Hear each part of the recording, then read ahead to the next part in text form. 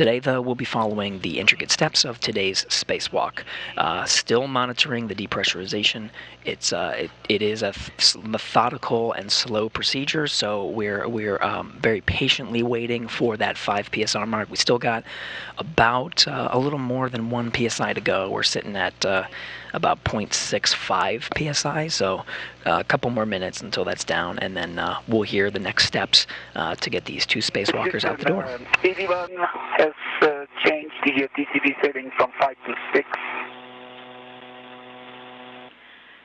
Copy, TCV 6, Koichi.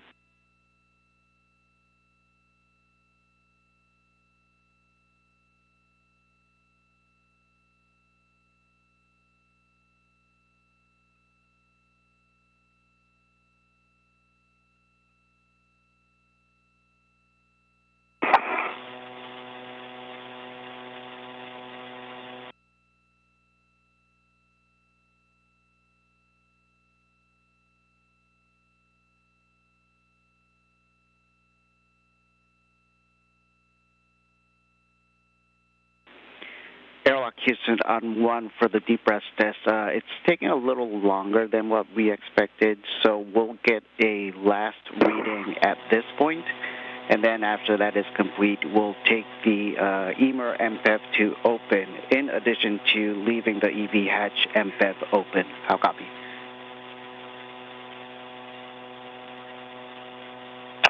TV1 copy. TV2 copy. And IV copies. And day reading is 28. And the gauge reading is 0.7.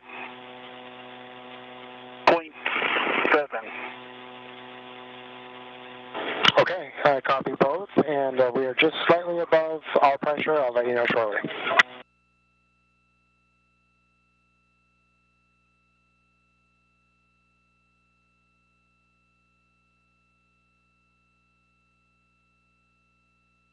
And Frank, we'll take your PCS reading right now, and then. Okay, Aki, I am showing 32.3. Okay, copy that, and then, yeah, you're doing it, so it's an action for you to open the emergency MPEV. Okay, emergency MPEV coming open.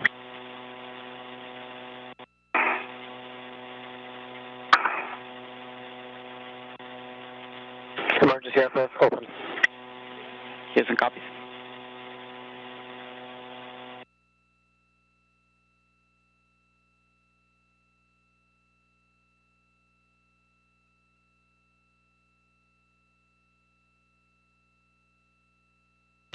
For those following along, we are monitoring the depressurization. If for those who are familiar with the depressurization prior to a spacewalk, right now this is what they're undergoing is sort of a new way, a test way of depressurizing for the future. So the emergency MPEV is a hatch, but it is we're not in an emergency by any means. This is just a new approach to that they're testing out for this particular spacewalk. Okay, just to clarify, do you still want me to call less than 0.5? And negative on that, Frank. Okay, copy, thanks.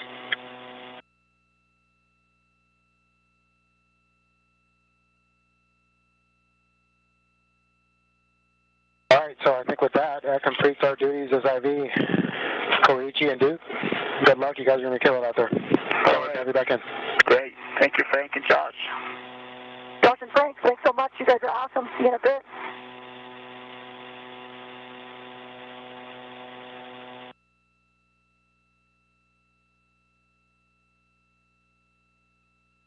Koichi, I'm going to turn on my right shoulder a little bit to give you some more room for the hatch. Do you feel like you're in a good position when it's done? Okay, great. And if you need me to hold your feet, just let me know. Okay. I think it's good now. Okay. Yep. And Frank, before you go, Okay. Once the crew lock is at approximately DPDT 0, you are going to close the EMER hatch MPEV, the EMER MPEV, and Koichi will be closing the EV hatch MPEV.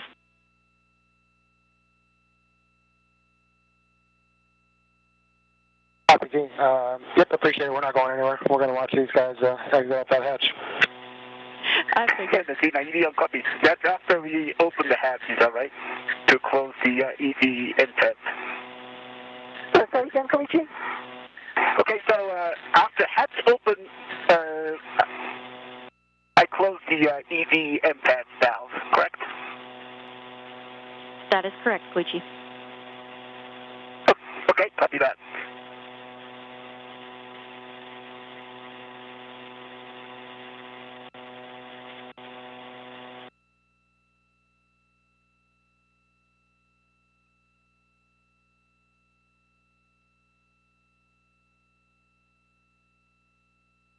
Right now, inside the crew lock, the two spacewalking astronauts are on the other side of that hatch. That's the crew lock. They're facing opposite directions, so it's actually Koichi Wakata, the EV1 position with the red stripes. And a reminder for crew, when the crew lock DPDT is approximately 0, you can expect an alert tone. EV1 copy. EV2 copy.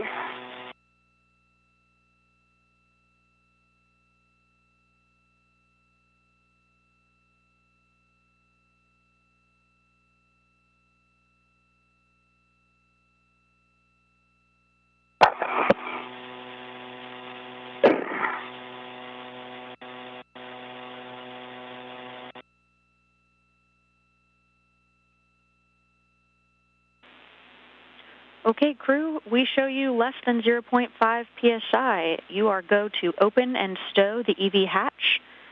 Koichi, you'll then close the EV hatch MPEV, and Frank, you'll close the emergency MPEV. EV1 copy. IV copies.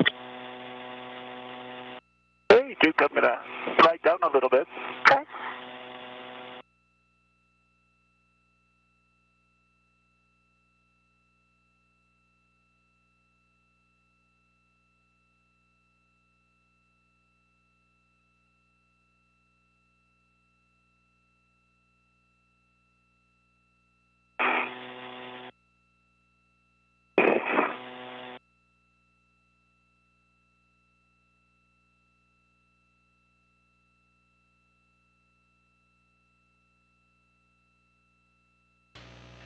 You're getting a look at the outside of the International Space Station now. The International Space Station in orbital nighttime, so it's being illuminated by the lights outside. Right now we're zoomed in on the hatch. The thermal cover is still covering the hatch, but we did get confirmation the hatch itself is open. Again, the official start time of the spacewalk does not occur until the astronauts switch to battery power.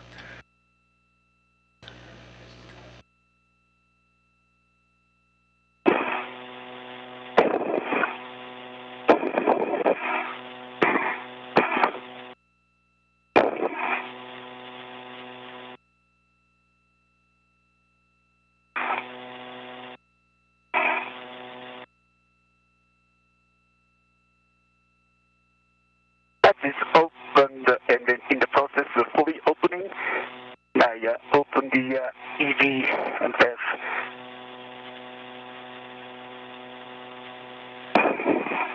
Just verifying, Koichi, we'd like you to close the EV hatch MPEV. Excuse me, I misspoke. It was EMER MPEV is closed now. And the hatch is open. Okay, copy. EV hatch is open and stowed, and the EV hatch MPEV is closed. That's a good feedback. And the emergency MPEV is also closed. Okay, copy. Emergency hatch MPEV is closed. All right, with that, EV1 and EV2 on your DCM, switch power to BAT, stagger your switch throws, and expect a warning tone. Okay, EV1 copies in work. EV2 copies in work.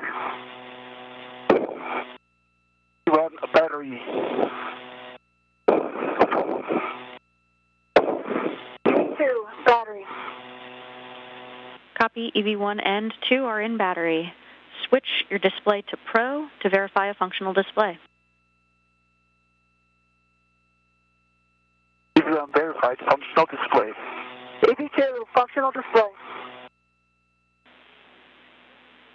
Copy. On the UIA, switch power for EV1 and 2 off and check that the LEDs for EV1 and 2, that's 4 LEDs total, are off. In work.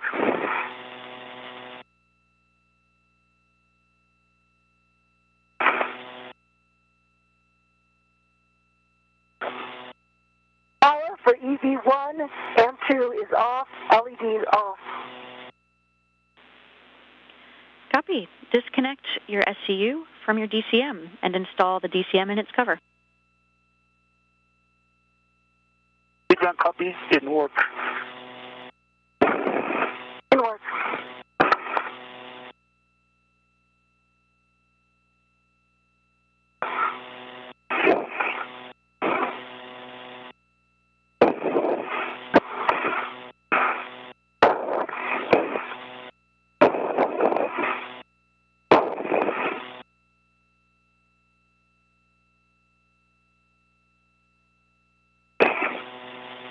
All right, with that, the two spacewalkers have switched their spacesuit powers to battery. That marks the official start for today's spacewalk. We got a clock up on the board, and so we're looking at 7:14 a.m. Central Time for the official start of today's spacewalk.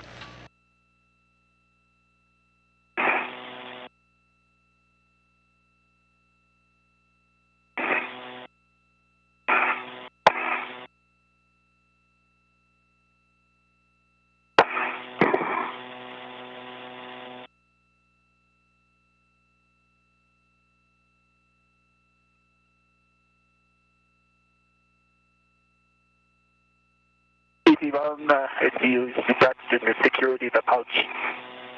EV2 disconnected and stowed. Okay, copy. Your SCUs are disconnected and stowed, and make sure you have your DCM cover installed. EV1 DCM cover installed. EV2 DCM cover is installed. Check depress pump man ISO valve closed.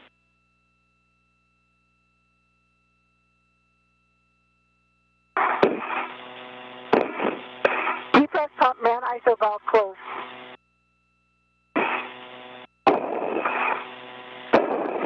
Set your temperature control valve to max hot. EV1 in work. EV2 in work.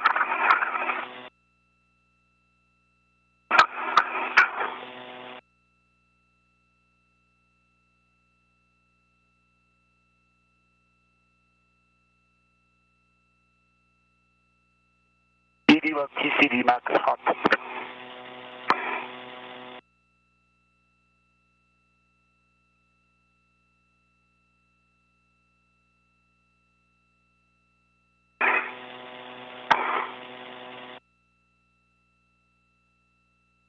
EV2 TCV max hot. Copy 1 and 2. Switch water on.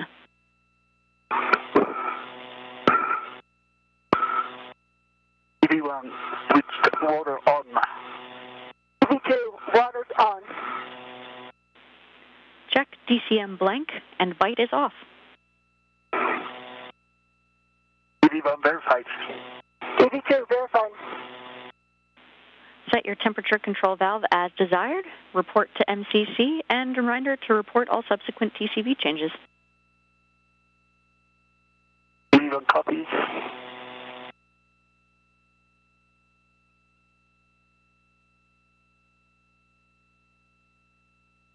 EV1 TCV 5. EV2 TCV 4. Okay, copy 5 and 4. Report your suit P gauge to MCC. EV1 CP gauge 4.3. EV2 4.3. Copy. 4.3 for both of you. Set your visors as required. You'll be coming out into a night pass. TV1. Copy. TV2.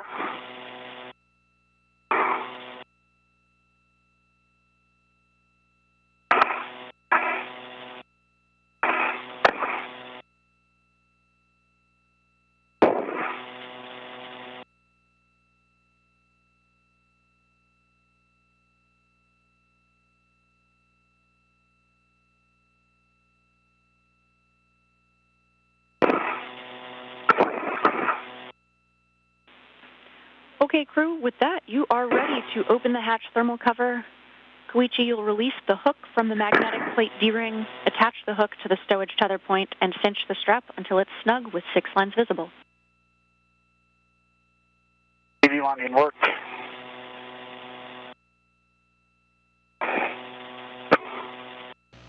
Wakata now pushing the fabric thermal cover that's on the outside of the crew lock's hatch. You can see him pushing that sort of out of the way. The hatch is open. All the steps that they've been doing up to this point is really the closeout procedures for everything they've been working on for the depressurization, getting their suits ready. They've already checked their tethers. Right now, they'll push open the thermal hatch and they'll exit one at a time. Wakata first, since he's the one. To the stowage tether point, and I see 6 lights visible. Copy, Koichi. Koichi, you are go to egress the airlock.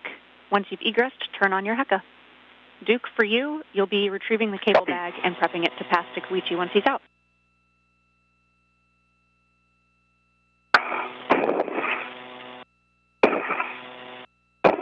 Thermal cover is open. Wakata now exiting the hatch.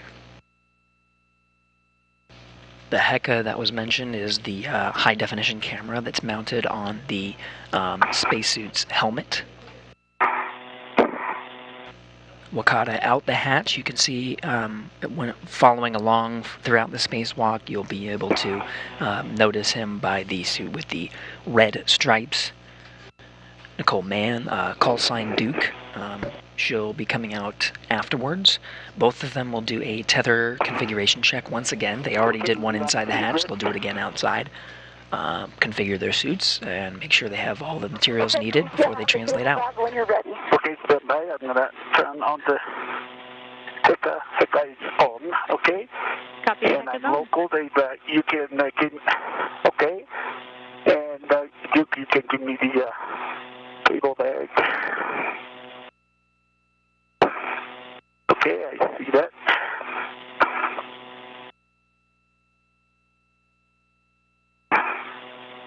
Okay, let me grab that.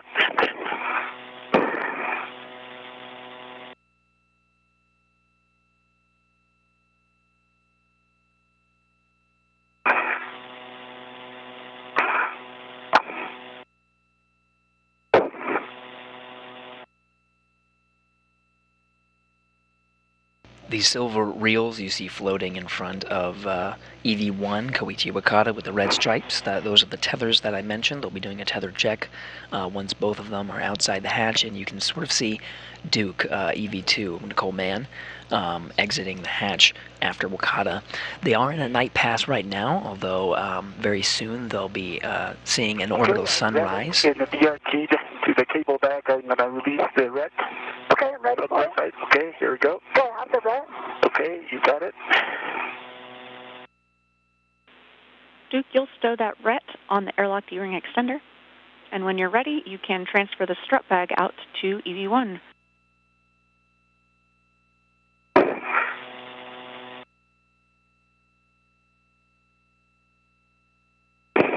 Ret is stowed to airlock D-ring extender.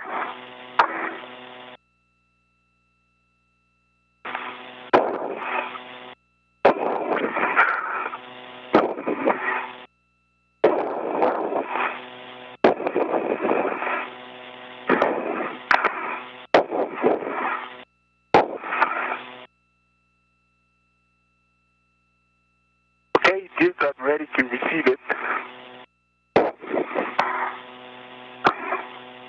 I'm positioning the strut bag like we talked about. Okay, so I'm going to come in a little bit to pull it out. Okay, I've got it up in the corner. Okay. And I'm trying to get the bottom end towards you. All right. Let me come in a little bit to grab it. Okay.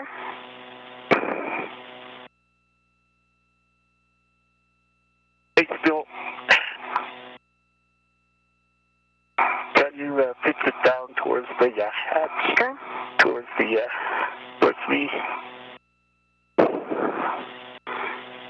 Yeah, you need to go a little bit on the starboard side because it's kind of a hang up on the hatch.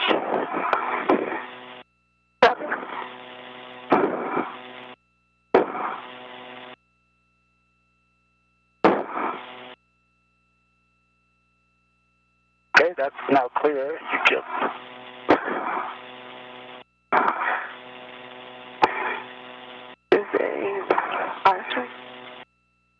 Right. That's a good direction, orientation. Okay, stand by. There's a little tangle here. Okay.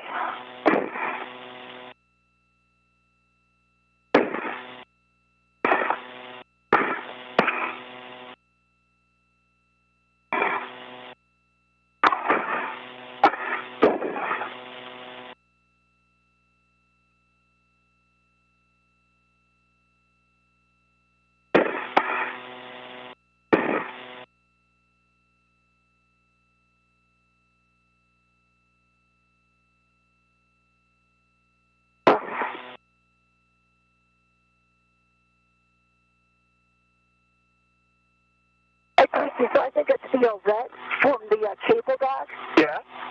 And I'm going to show my left side, see if you can see it there. Okay, let me I check. think it got caught on my... Okay, wait, let's see, let me check that. VFT. Got it.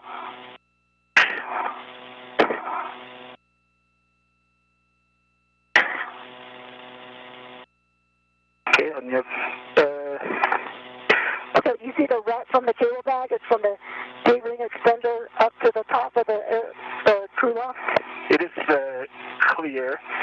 Okay. But, okay, so let me kind of attach this because it's going through your D-ring extender. Could you come down a little bit? Yep.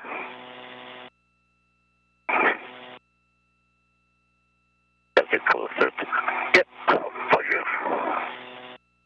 Yep. Yep. Good direction, and then.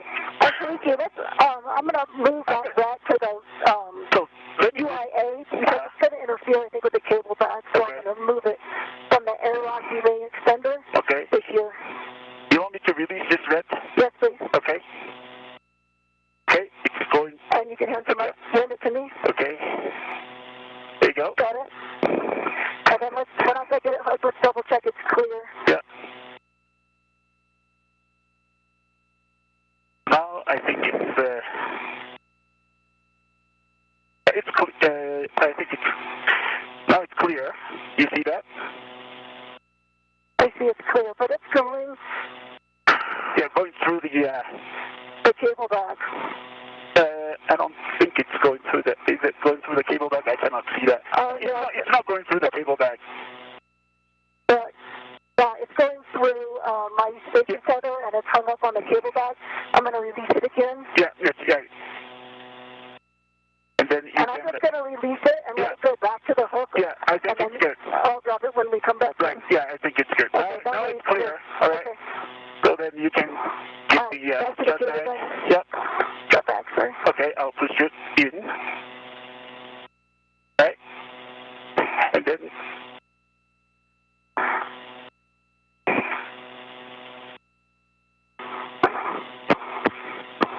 Okay. All right. I am all the way towards the hatch here. Okay. Let me go in a little bit to grab it. And I'll try to bring it down at you. Going down. Okay. A little more. Come down. Okay, I grabbed the wrong side of the shut bag. Okay. So I'm going to pull it out. So I'm making some pitch. And then. Okay, that looks like it's coming nicely? Okay, yeah, it's coming nicely.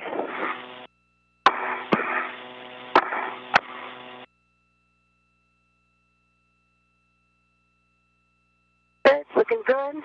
Okay, looking good. Okay, I continue to pull it out.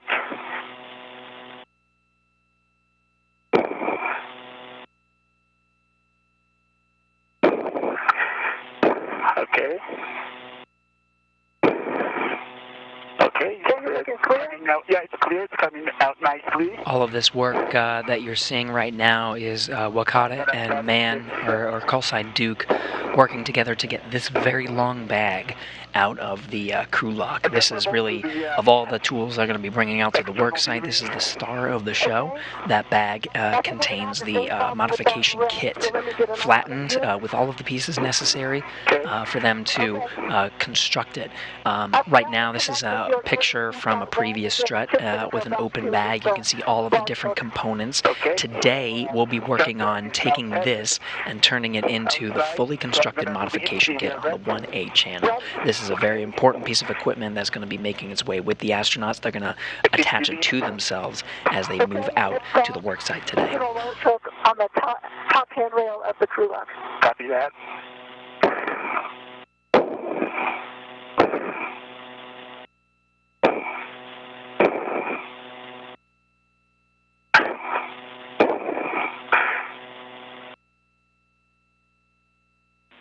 All right, and it's clear. You can come out. Okay. Houston's following along, and we like the plan for that ret as well. You can leave it where it is. Okay.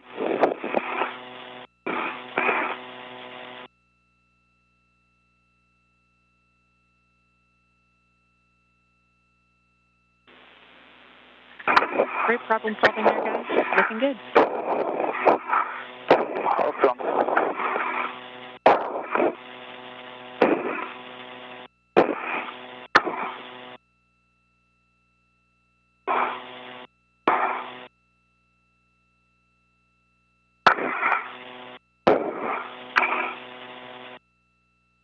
Okay, DT is coming out. Okay, and the strut bag is to your left, and you can just come down straight down.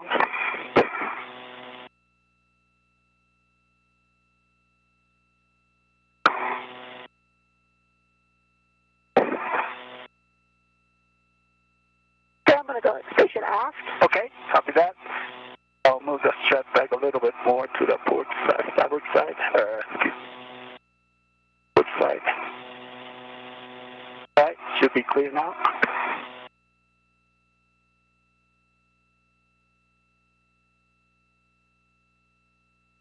Okay, I've got a local down. Okay, looks good.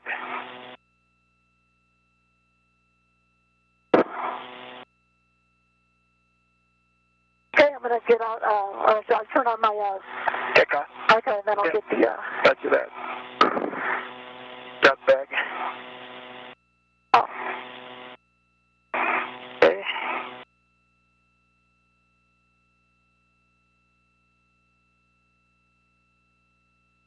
Okay, I see it on.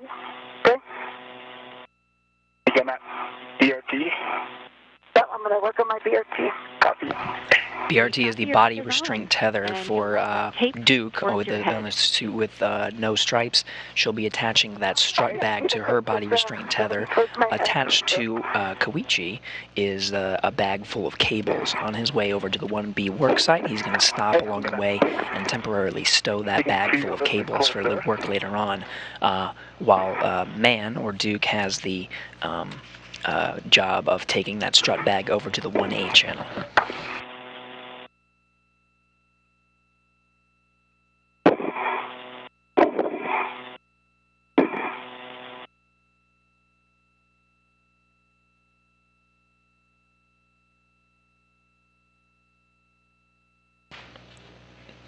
What you'll hear when they talk to each other, they'll be doing buddy checks and saying how each other's spacesuit looks and reporting that to each other.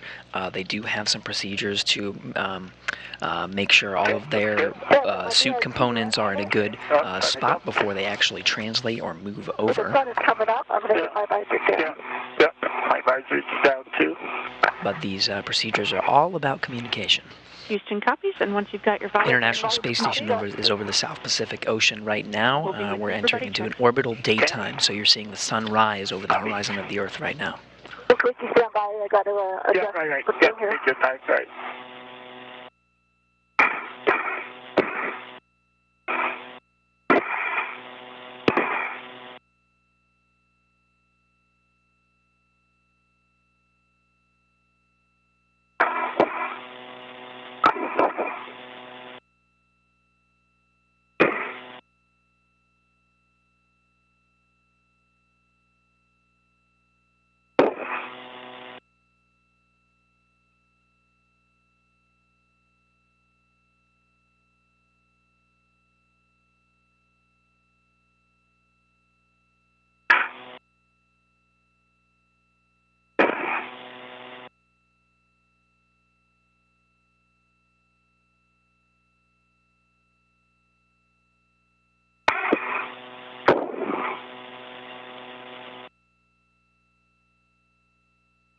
Okay, so your umbilical is,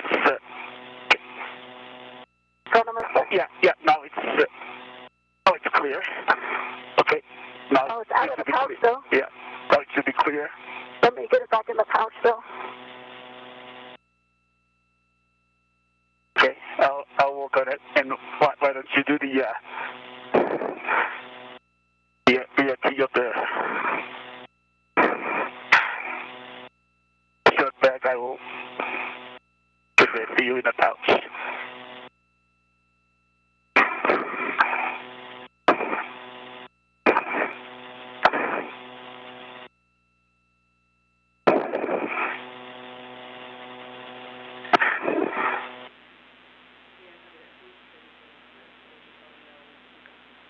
And thank you, crew. We appreciate you taking care of the SCU. It does need to go back in its pouch. We appreciate it.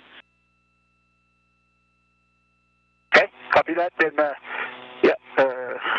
strike SCU is now back in the airlock. Great work. Thanks for taking care of that. Okay, no problem.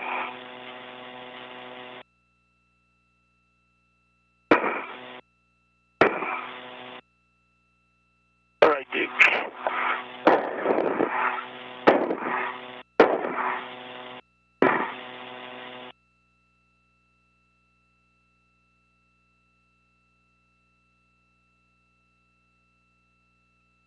Okay, looks good. I got it released from the airlock, and I got the other adjustable on me. Yep. So I'm going to put it in the jaws now. Roger that. I can hold it here.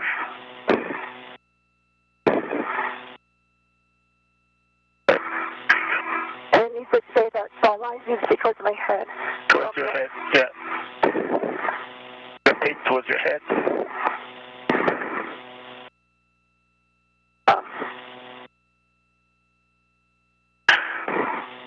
That's a good orientation.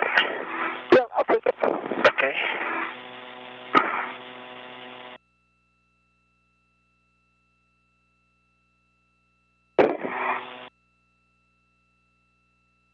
Right. Okay, I have the strut bag on my BRT. Jaws are closed, paddles are out. Okay. I'm going to tighten up my joints, and then, You do the body check after that.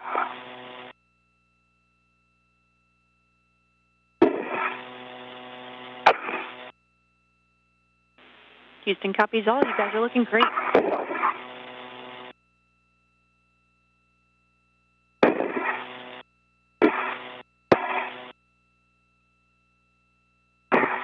okay, I'm ready for checks when you are. Okay, so could you move up your camera a little bit up so that I can see the any workstation tab up? Yep. I can see that.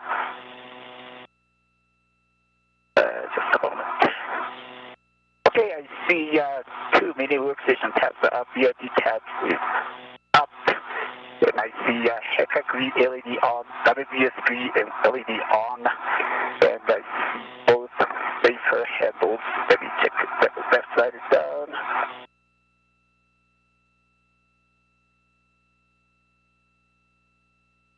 Yeah, both safer handles are down. And and I don't. Tools are good, and tether is good. Okay. You check.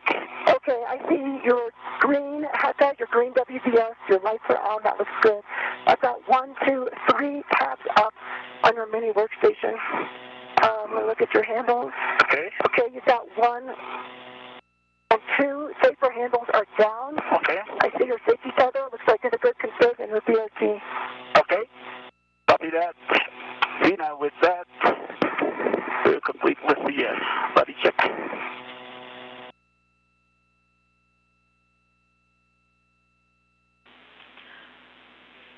Okay, crew, we'll take a baseline HAP from both of you. Okay, V-line HAP is dry.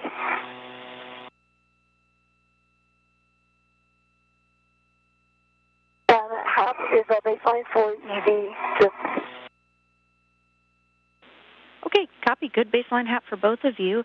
You can take a couple minutes here to do some translation adaptation. So play around with your body, rotation, pitch, yaw, roll, various hand grips, translation without rotation, and try attaching a local tether and releasing both hands. Just a reminder, this first hour will set your MEDOX for the rest of the EVA, so just take it nice and deliberate. Take it easy. V-line copy. Copy.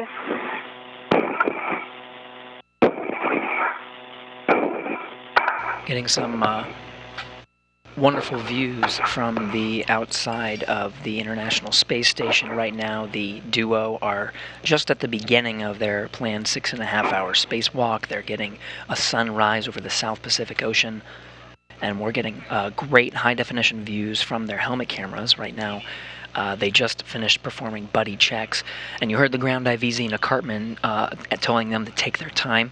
Of course, they have done plenty of spacewalk training, including here on the ground at the Johnson Space Center here in Houston is a laboratory called the Neutral Buoyancy Laboratory, where they practice these things underwater. It is a very good analog for understanding what it's like in the microgravity environment, but the two of them now are first-time spacewalkers, so they're going to take some time on the outside of the hatch to just get used to understanding the differences between performing the spacewalk in a pool with the resistance of water and having no resistance in the vacuum of space. Their translation path or their movement out to the work site is all the way out on the wings of the International Space Station on the solar arrays. So they do have quite a bit of translation to go to, so they're just sort of getting their bearings, making sure they understand their movements before they make that journey. And once again, we have another increment gap in communication from the International Space Station. We mentioned being over the South Pacific Ocean at this time. Throughout today's spacewalk, we'll see gaps like these. The space station communicates by way of geosynchronous satellites called the TDRS network, tracking and data relay satellites. We'll get intermittent gaps of audio and video. Sometimes we regain the audio a little bit earlier. Just as now you're hearing the audio come from the International Space Station, so we'll be regaining that shortly. Teams here in Mission Control Houston are monitoring today's spacewalk, as well as the International Space Station and the crew inside. It'll be the teams here that are walking our astronauts through today's procedures. Zena Cartman, you see in the middle there, with the black blazer and the white shirt, that is NASA astronaut. Zena Cartman, ground IV, it's her voice that's being communicated from all the work that the teams are doing here in Mission Control Houston. She's translating that up to the crew. An awesome view here. And standby 1, Koichi, we're actually checking on the SEUs in the airlock. Okay. We're having the IV crew check on that through the hatch window. Okay.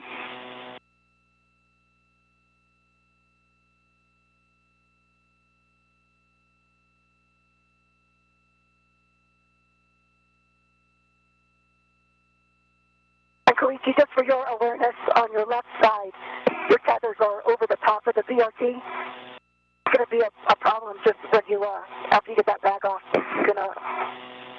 Yes, I understand that. Yeah, okay. I see that. Thanks. That's a good check.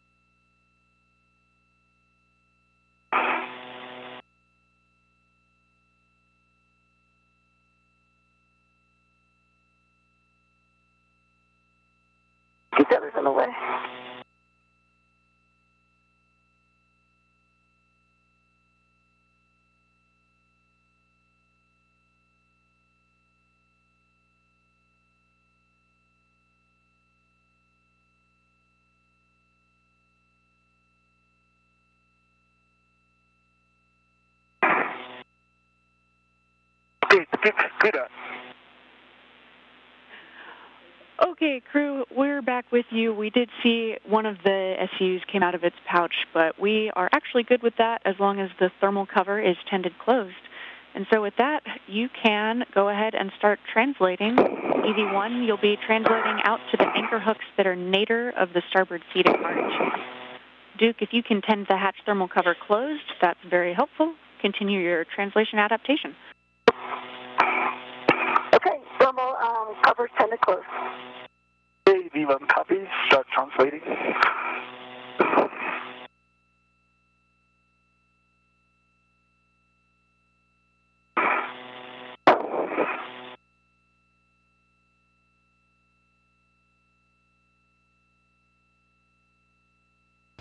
And the journey begins now that they've done all that they can on the outside of the airlock's hatch, getting all of their tools, attaching it to their body restraint tether, making sure their tethers are in a good configuration, sort of doing an adaptation. Now we're following Koichi Wakata with the high-definition camera, and he's translating or moving out to the work site, so he's going to begin his journey out.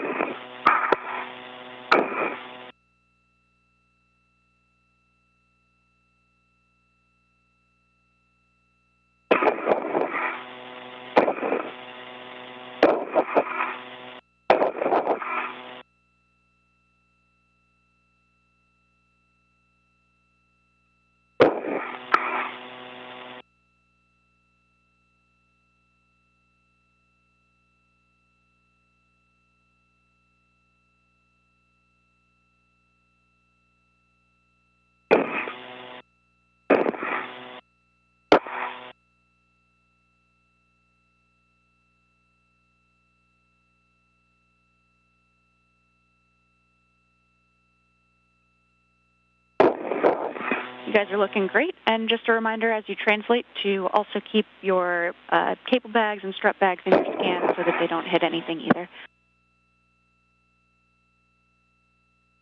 AV1 copies. B2 copies.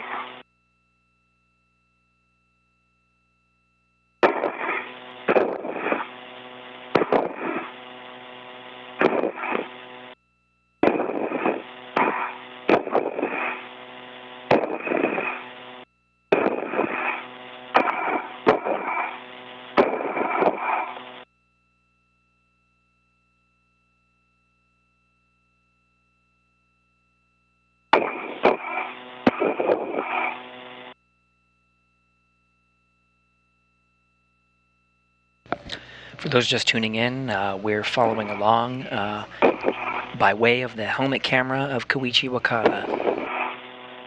They've exited the hatch and started their spacewalk officially at 7:14 a.m. Central Time. Did some buddy checks and made sure they had all their tools attached to them. You can see there, attached to his body restraint tether, Koichi Wakata has a cable bag in tow. Right now he's heading over to the S4 truss section of the truss. He's going to leave that cable bag there and then go to the 1B work site.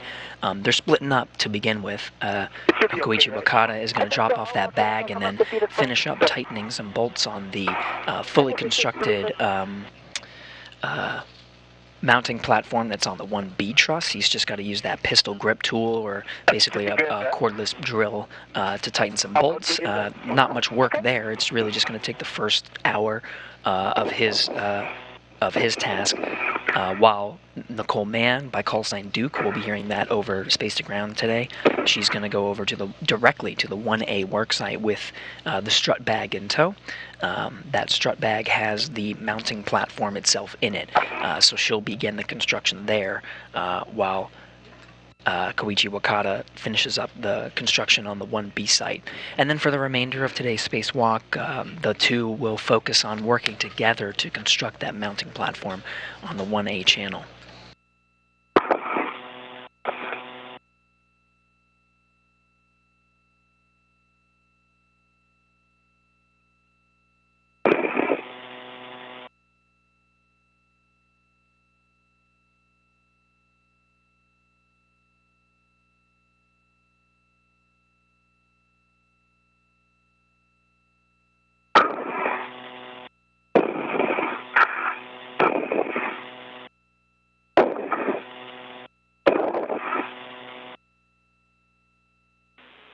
Looking good, Koichi. You'll be keeping eyes out for S3 handrail 3011 for your antenna. Copy that. I see that here.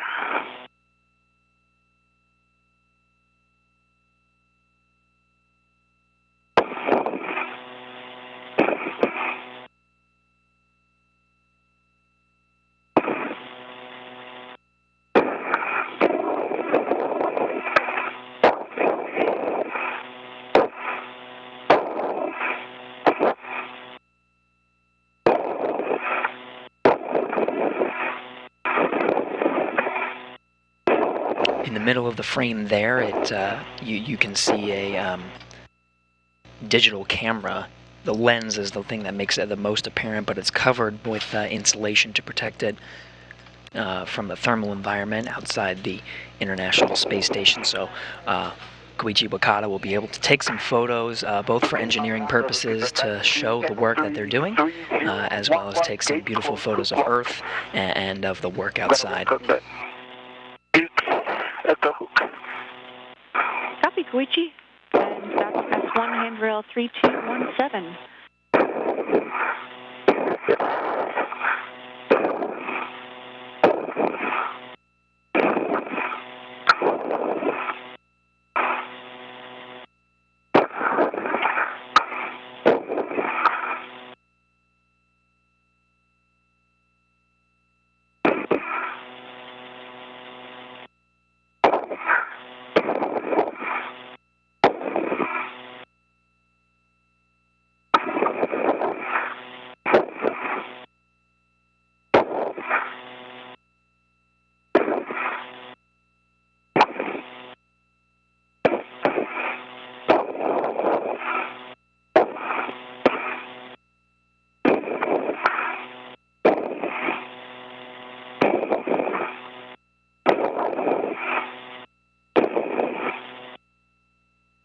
I'm approaching the left to Duke's center hook.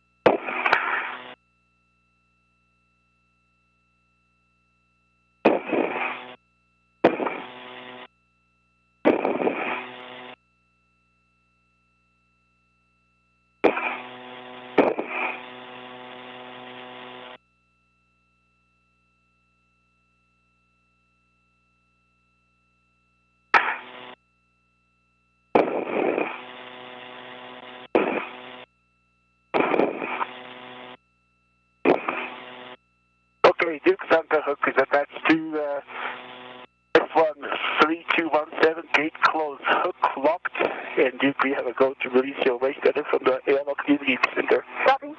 In work. Houston, copy. Is looking good.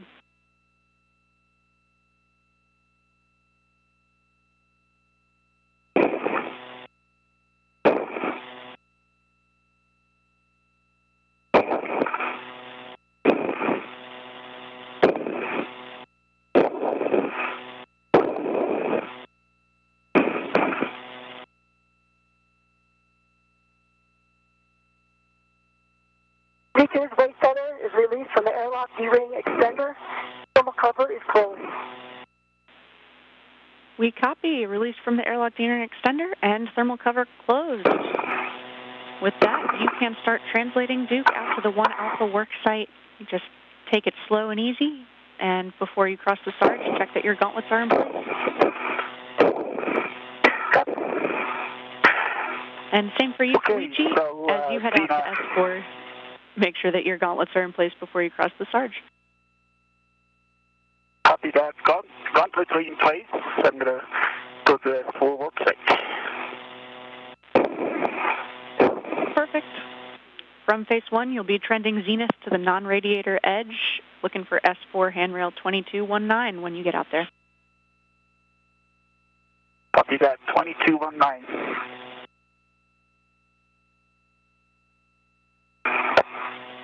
Okay, safety tethers in good config.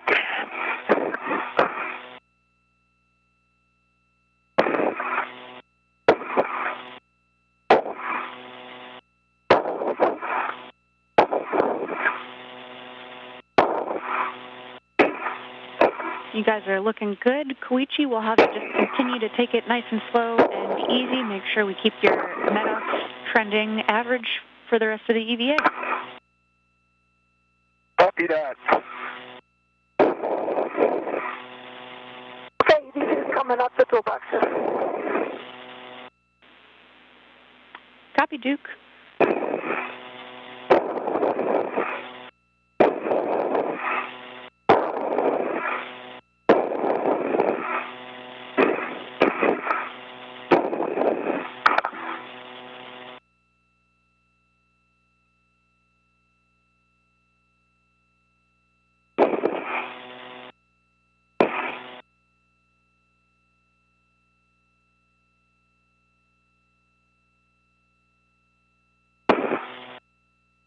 For those following along, you're seeing a split screen here from the high-definition helmet cameras on both of our spacewalkers today.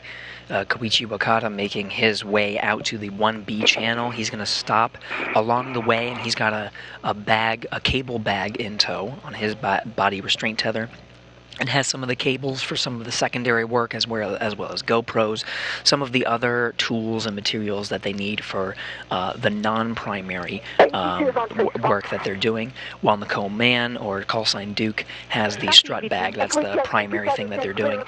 Nicole Mann just finished up her work. That she had to make sure the thermal cover on the EVA hatch was closed and make sure there's no thermal fluctuation inside of the crew lock where they just exited to begin today's spacewalk. Both of them now translating or moving out to their respective work sites. Now we're getting high-definition views. This is Nicole Mann, call sign Duke. She's wearing the suit with no stripes, and she's got that giant bag with her. That's the strut bag that has the mounting platform that they're going to be installing today. Both of them will be working on the 1A channel. Koichi Wakata's got to make a stop first to work on the 1B, but Nicole Mann's going to get started right away, so she's got that bag in tow. She'll be able to unbuckle some of the straps that are holding those components in place, retrieve some of the materials, and they'll be installing it one at a time. The ground teams have plenty of experience with this type of work. This will be the 6th modification kit, the 6th time that we've used these struts to attach to a mast canister. So they're prepared for any of issues or troubleshooting they need to do along the way. And that work will be being done soon. Right now we're just watching the translation or the movement. Stand by, Koichi. You'll need to actually backtrack just a little bit. Let me give you a good handrail pass. Okay. Okay, so I come down a little bit and then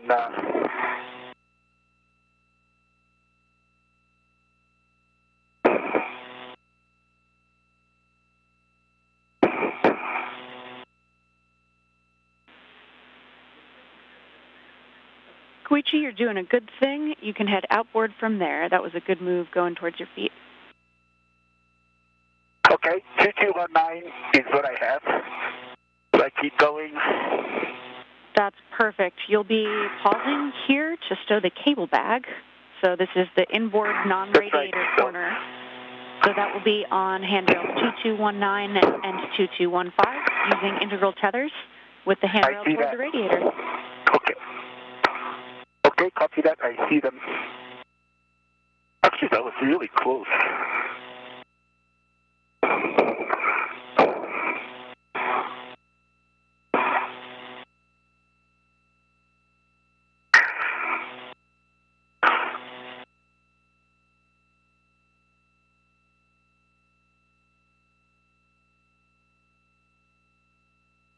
I'm coming underneath the MT.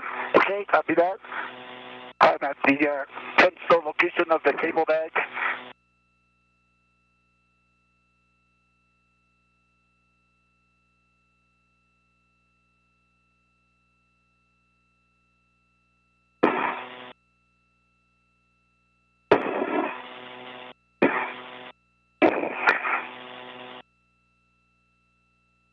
So, Zena, the 10-store orientation is the handrail away from the towards the radiator side. Is that right? That's correct. The handrail toward the radiator. And Koichi, we'll actually have you hang out there for just a second. As we know, every Medox canister is a different character. Yours is trending a little bit high right now. So we'll just pause and make sure that we can maintain that good Medox canister for the rest of the EVA. Okay, copy that.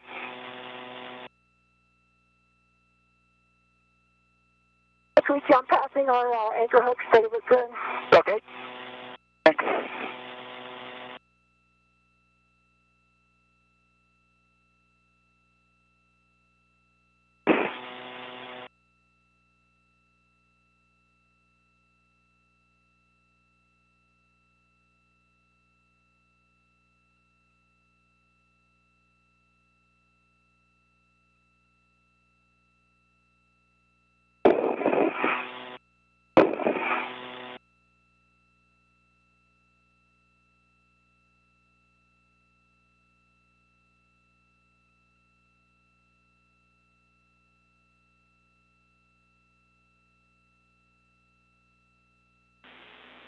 Okay, Koichi, thanks for hanging for a sec. We'll have you stow that cable bag, again with the handrail toward the radiator using 2219 and 2215.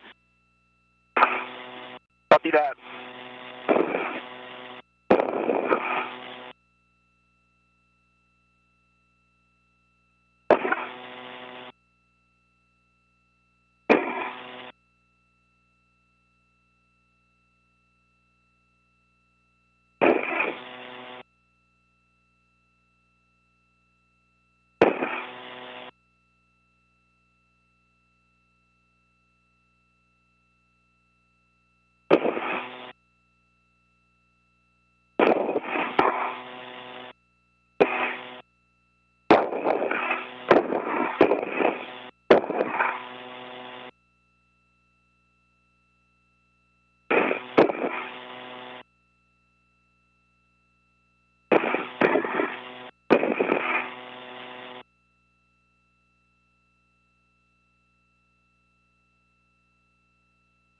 I'm just off of your right side. Okay, copy. We see you both. Looks like you've got good eyes on for deconfliction. Hey, Zena, my gauntlets are down. Copy, gauntlets down, Duke.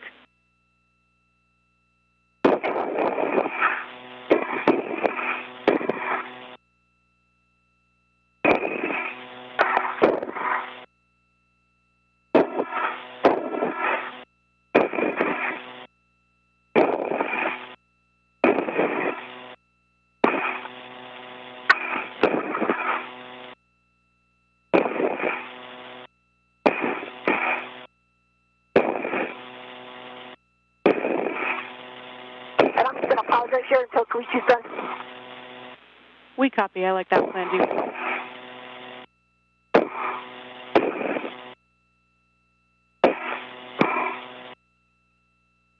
Okay, cable bag is attached to handrail 2219 and 2215 with the handrail towards the radiator. That's perfect. Good config. With that, you can fair lead on X4 handrail 2219. And we'll have you translate out to your green hook location. This will be outboard toward the S5, S6 interface, and then over the A-frame to the Zenith non-radiator side. And just a reminder to take it really nice and slow and easy. We've got that trending high Maddox canister, so just take your time. I'll do that.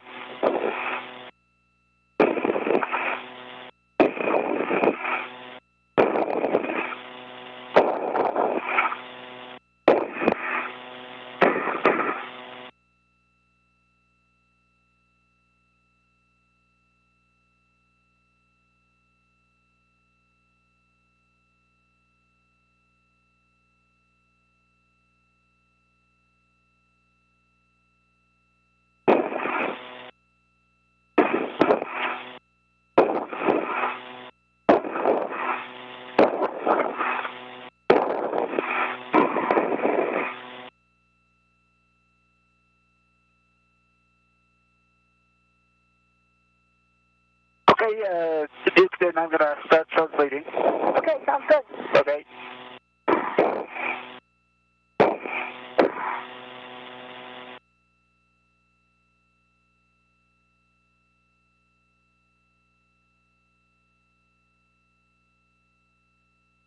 Okay, safety feathers in good config.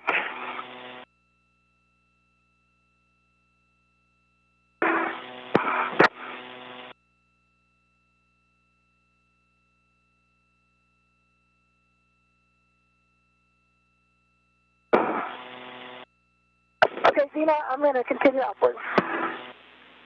Copy, Duke. You'll be following the keel side non-radiator edge, following handrail 2219, and continuing outboard to 2231.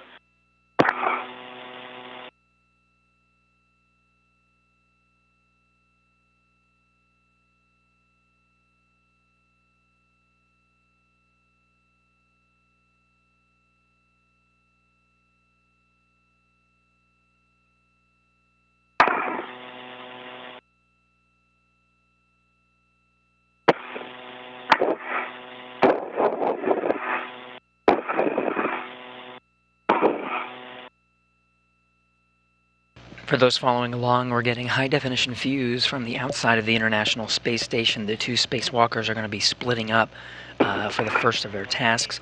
Koichi Wakata translating over to the 1B work site. He had a cable bag in tow along the way and stored it in a location so they can easily access it later. There's some materials in there they need for some future work that's later in the timeline. For now, though, Koichi Wakata really only needs his pistol grip tool.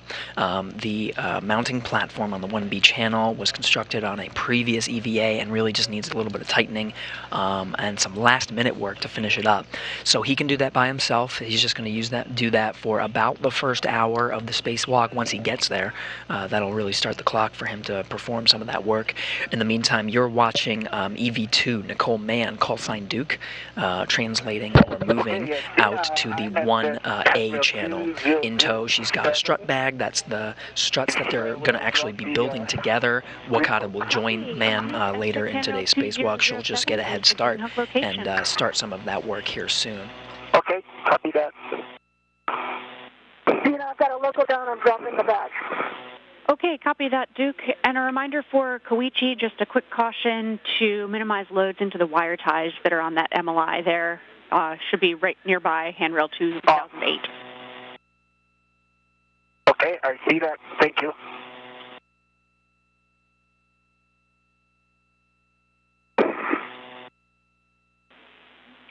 Duke, for you, you're stowing that strut bag, as you know, I'm sure, on the outboard non-radiator corner of the IEA. Looking for handrails 2222, 2236, and 2251, but that's also up to your prerogative a little bit. You want the tape towards the mass canister and handrail toward the radiator. Copy.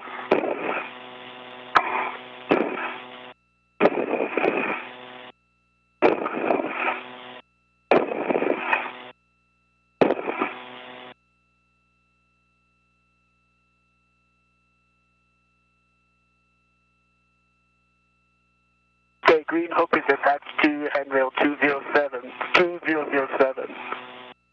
Okay, copy. Green Hook is down. With that, you can translate out toward toward the 1 Bravo mass canister. And reminder that at the 1 Bravo IEA, you'll be crossing to the radiator side. So follow S6 handrail 2032. Copy 2032. Okay, I got one tether down for the bag. I'm releasing my BRT and BRT route. Copy that, Duke.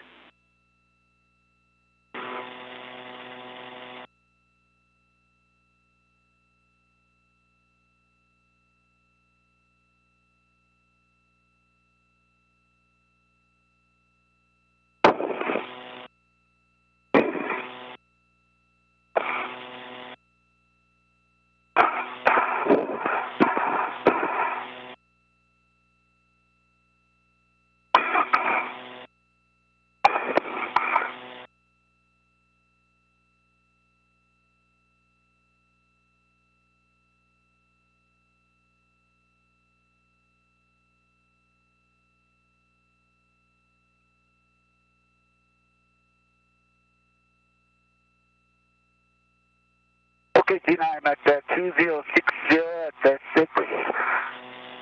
And I translate to the outboard to go to the left side of the correct? Yeah, you'll be crossing to the radiator side, and on the radiator side, heading outboard to the mass canister. Oh, and yes, you will be going to the left side of the mod kit. With that, we'll take a glove, hap, and gauntlet check.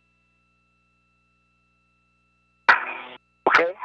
After I get there, or do I want me to do it now?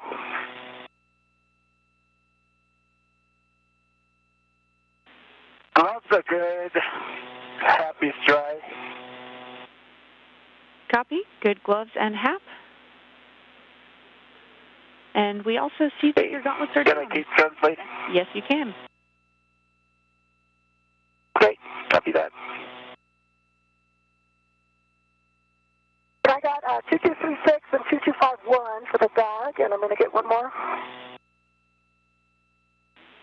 Copy, Duke.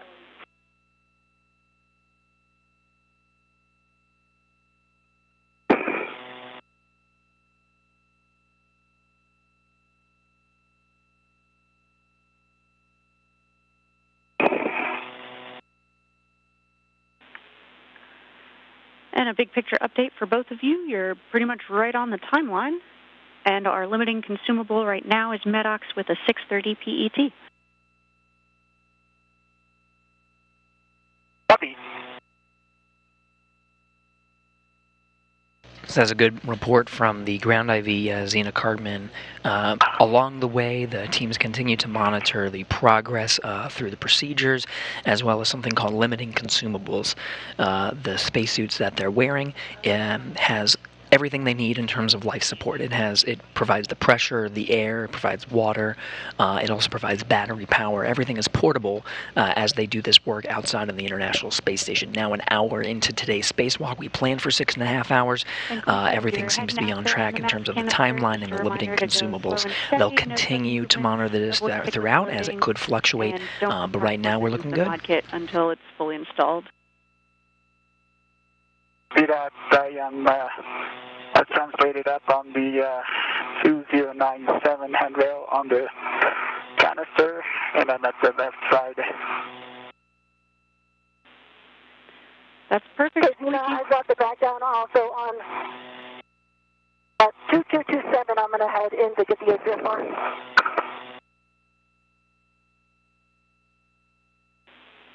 All right, copy, Duke. With that, you can translate inboard to the starboard CETA with 1 and grab that APFR.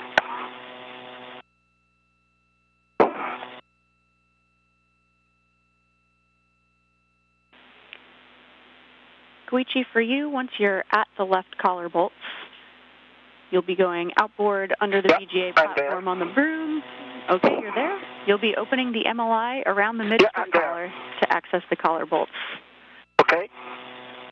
Okay, I see that. I open the MLI. I can access to both collar bolts.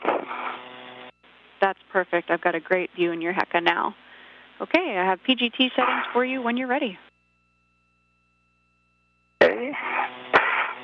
I BRT to the handrail on the mid strut. And I'm ready for PGT setting. Okay, great. And just a quick reminder here, while you're BRT'd to that mid-strut handrail, minimize normal and torsional loads into the mid-strut. Your PGT settings will be Bravo 7, clockwise 2. Bravo 7, clockwise 2.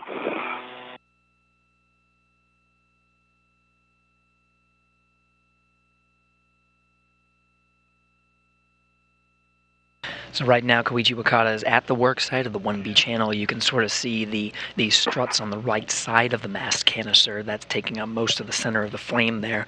The mounting platform on the 1B channel is constructed. He's got the pistol grip tool, basically a cordless power drill. They have cordless. They have the torque settings programmed into the tool, so they know exactly how much torque to work onto the various parts of the struts. So he's on the left side right now. He opened the multi-layer insulation, the white fabric, to access the bolt on the left side. So he'll be the first part of his task is to work on some of the bolts there.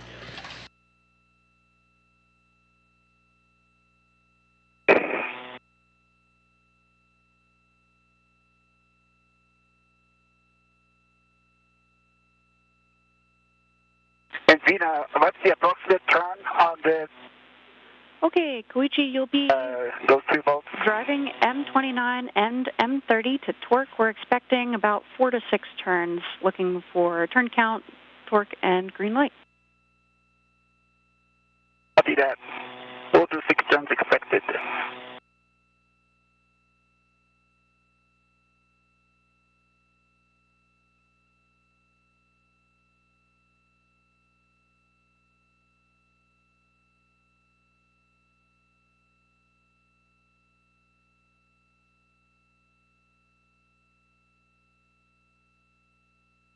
Hey, Zena, I've arrived at the whip. I'm going to pitch to golf on the WIFX. Copy that, Duke.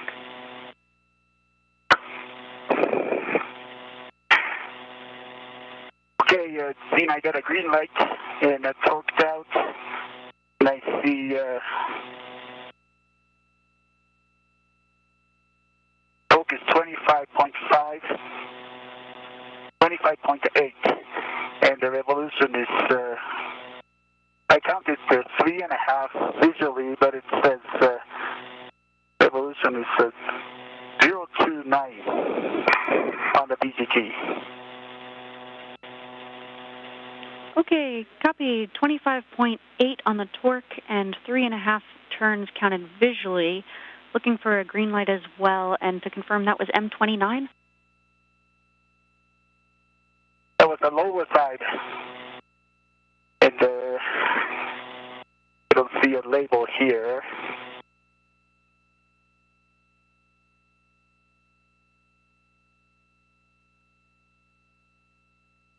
All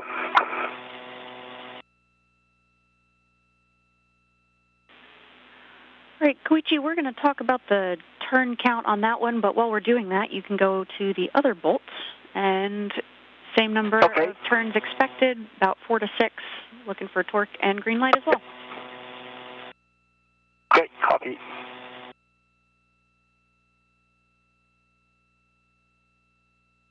So again, the pistol grip tool, that cordless power drill that Koichi Wakata is holding now, has the turn count and the torque settings. He's tightening with a clockwise rotation the different collar bolts on the left part of the mounting platform's strut. He tightened one, and as the ground teams assess that collar bolt settings, he'll be working on the next. Copy, golf and knob popped out. You can retrieve the WIFX and APFR and stow it on your BRT when you're ready, and translate out to S4. In work. In work.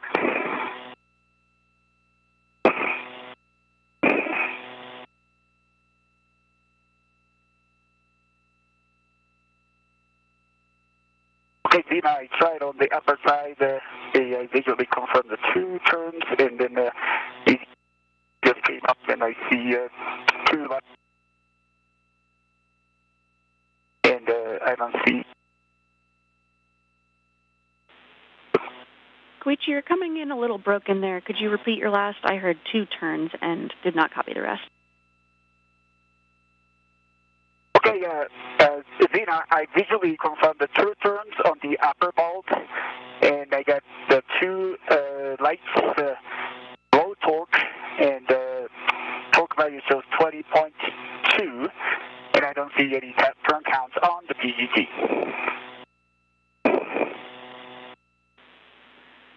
Copy that, Koichi. We'll have you try that bolt again. Just make sure you're in a good body position for leverage on that PGT, and we'll have you hit the upper bolt one more time.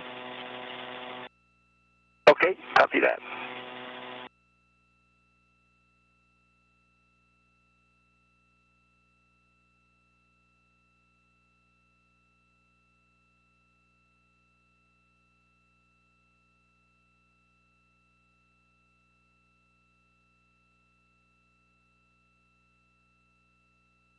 And I have my ret on the APFR WIFX. I'm releasing the WIFX. Copy, Duke.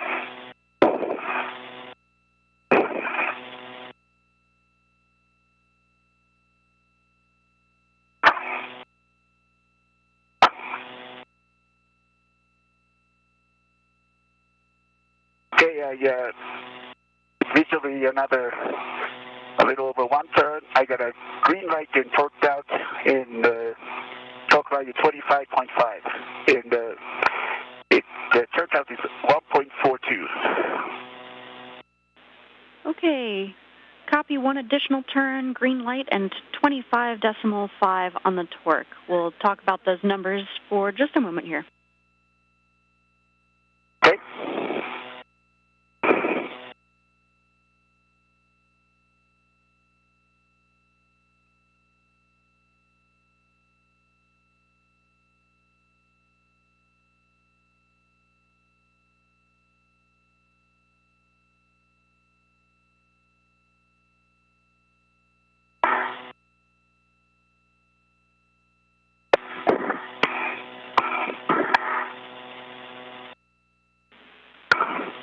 Okay, Koichi, we'll have you move on here. We're going to set the PGT to manual ratchet clockwise, and then you'll be driving M29 and 30 until you get 2 MTL pops. So we'll expect several extra turns here. Just keep an eye out and give us a turn count visually. Copy that.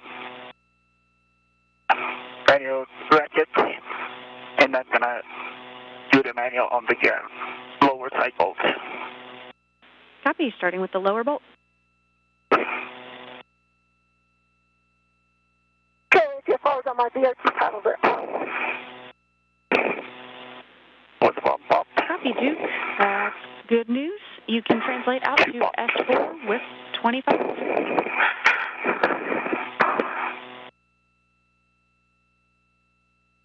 Okay, on the lower bolt, 2 pops, and the bolt turn is approximately 90 degrees, a quarter of a turn. Okay, copy 1/4 additional turn and 2 pops on the MTL. That's a good beat. Okay, Koichi, we're going to talk about that bolt, but meanwhile you can go to the upper bolt and do the same thing in manual ratchet. Copy that.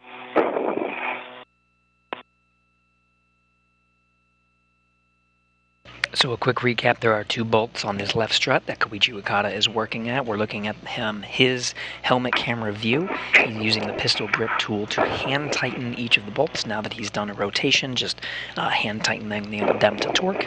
In the meantime, Nicole Mann is on the other work site. She's preparing and grabbing the materials she needs, including a work restraint, to start constructing the mounting platform. From Koichi Wakata's view, you can see sort of the final product of that mounting platform on the 1B channel. That's what they'll be building on 1A. I'm using the manual ratchet. It's rotated about half a turn, and still it does not pop.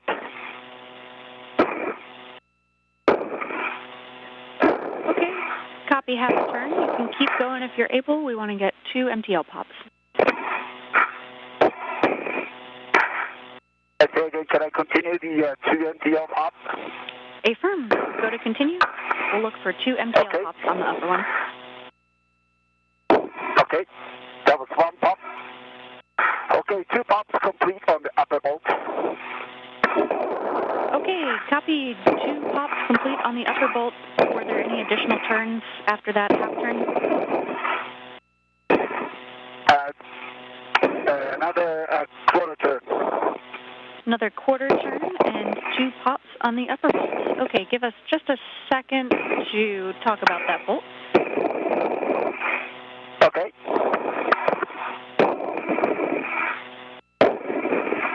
And while we give the MER and EVA a moment to talk about that, you can just hang out, take some photos for your awareness. Your met rate is looking really good right now, looking a lot better. Great, thank you. Yeah, definitely trending better from before. Awesome.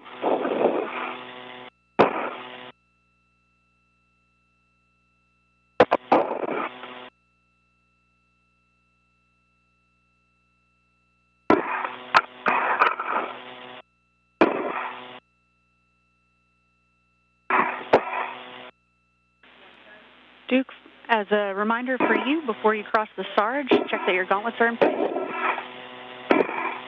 Okay, my gauntlets are in place. Thank you.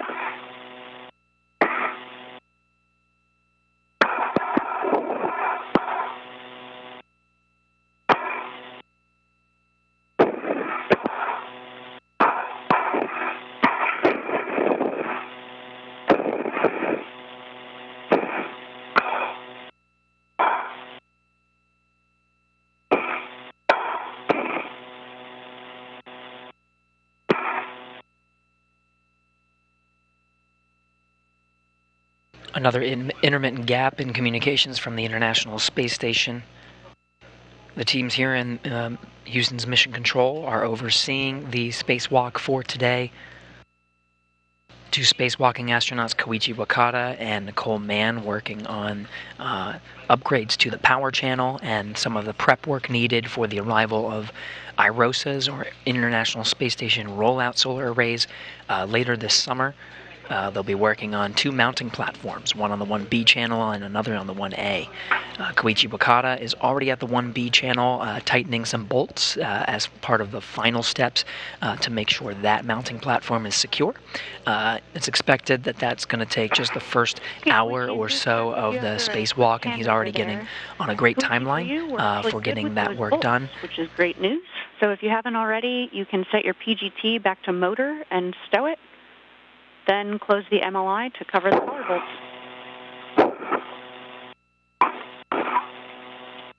Okay, copy that work. And that note from Zena Cardman here in Mission Control saying that the 2 bolts on the left color are complete, so he's going to close up the multi-layer insulation, sort of the white fabric that protects it thermally from the vacuum of space and the harshness of the sun, and he'll work on some of the next struts. The next one should be the mid-strut that he'll be working on. In the meantime, Nicole Mann is prepping her work site, which is the 1A channel. She's getting some materials she needs. She already stowed the bag that has the struts inside, and those struts will be what will be used to actually construct the mounting platform on the mast canister of the 1A channel. She got the foot restraint, retrieved it from one of the work sites, and you can sort of see it attached to her right now from this view on the outside of the space station. That foot restraint is going to help to access some of the areas that are needed for actually constructing that mounting platform. She'll be able to ingress or enter that foot restraint and give her the leverage that she needs to actually drive some of the bolts and actually construct the mounting platform. So she's got that in tow, and she's going to be going over to the 1A work site very soon to get it ready while Koichi Wakata continues to finish up the work on the 1B side.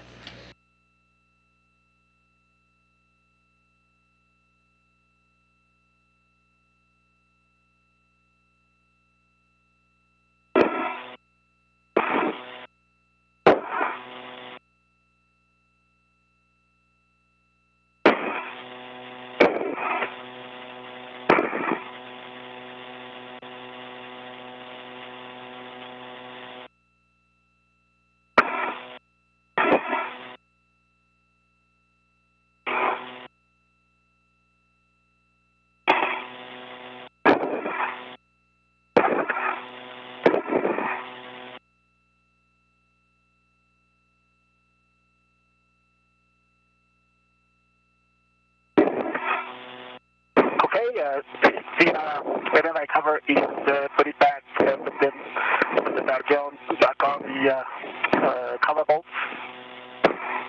Okay, copy that, Koichi. We don't have your HECA right now, but we do have your WBS. And so with that, you can translate to the right side cover bolts. Okay, copy that.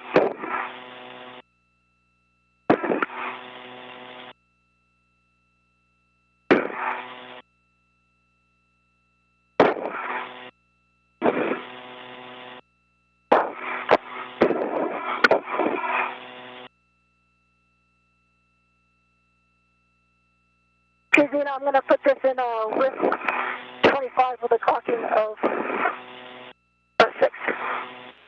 Good work, Duke. Clocking of 6. I'm tracking golf is already set, and let me know when you're ready for the extension. Copy. And of course, we'll be looking for black on black with a good pull test as well.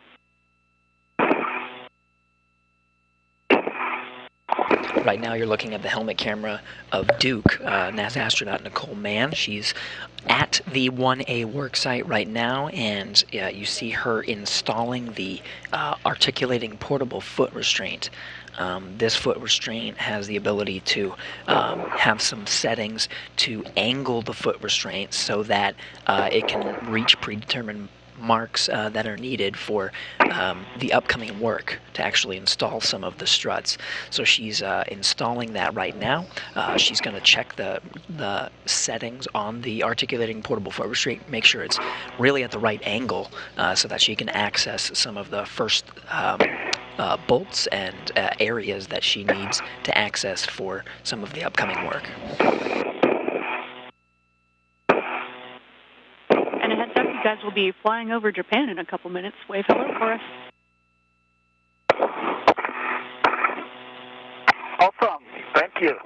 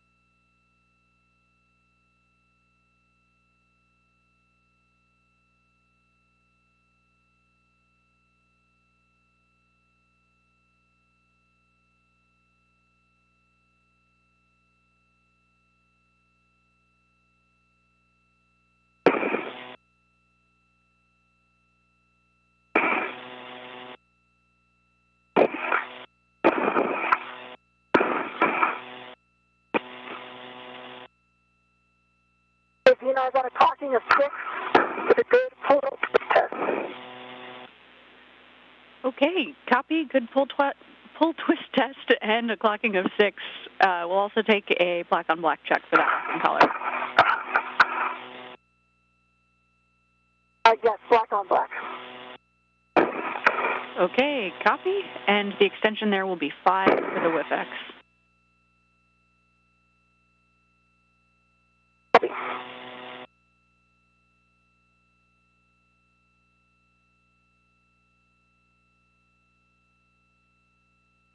You got one side down, Kaliki, you already headed over the other side?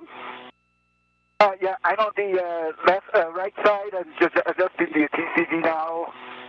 Nicely done. Yeah, how's it going with you? Good, I got the WIFX in. I'm going to adjust the EPFR, then get started on the triangle. Great.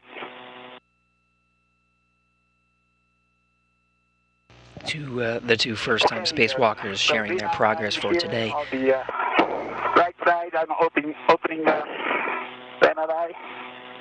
Okay, copy. And before you do that, we'll actually take a HECA cycle from both of you. Just one button push on your HECA. And correction, just Koichi. Copy. Okay.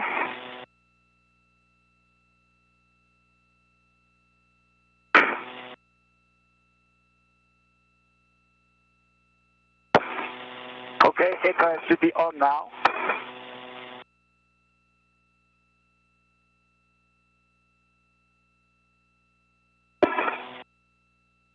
Do you see that? We copy that, Koichi. It'll probably take us about a minute before we see any change here. But for now, we hear that you are in place. You can open the MLI around the mid-strut collar to access those bolts, M25 and M26. Okay. And I'll have PGT settings when you're ready. Okay, copy that. Okay, stand by.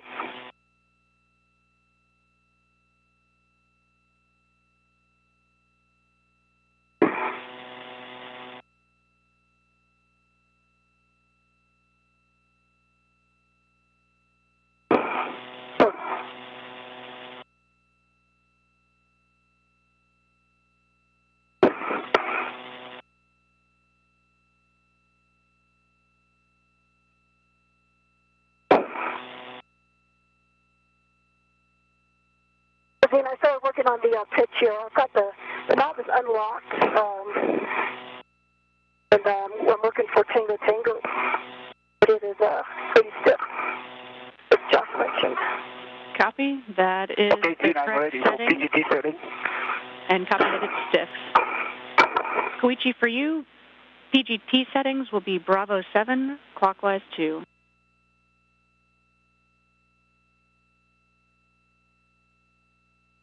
Okay, Zena, you're cut off. It's the Bravo 7, clockwise 2, is that correct? Affirm, Bravo 7, clockwise 2.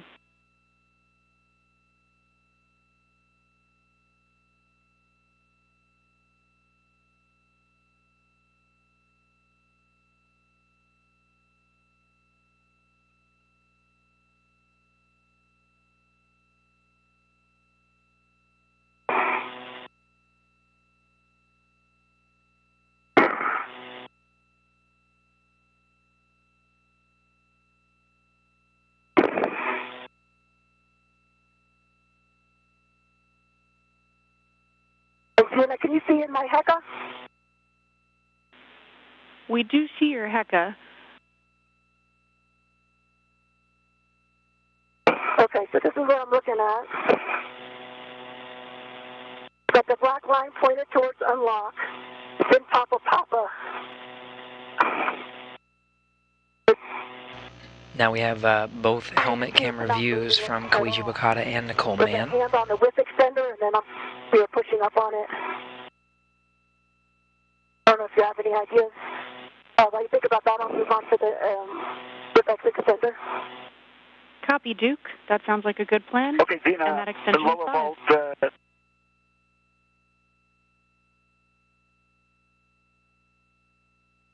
Zena, I got a lower bolt.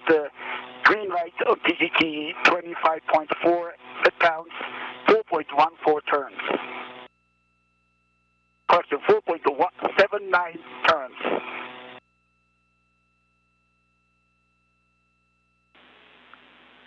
Okay, Koichi, copy green light, 25.4 on the torque, and 4 turns visually.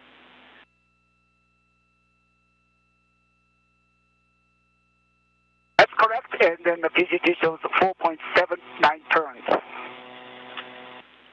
Copy, Koichi. You can go to M26 now. This is the other bolt. Same deal. We're expecting about 4 to 6 turns. Copy that. Copy work.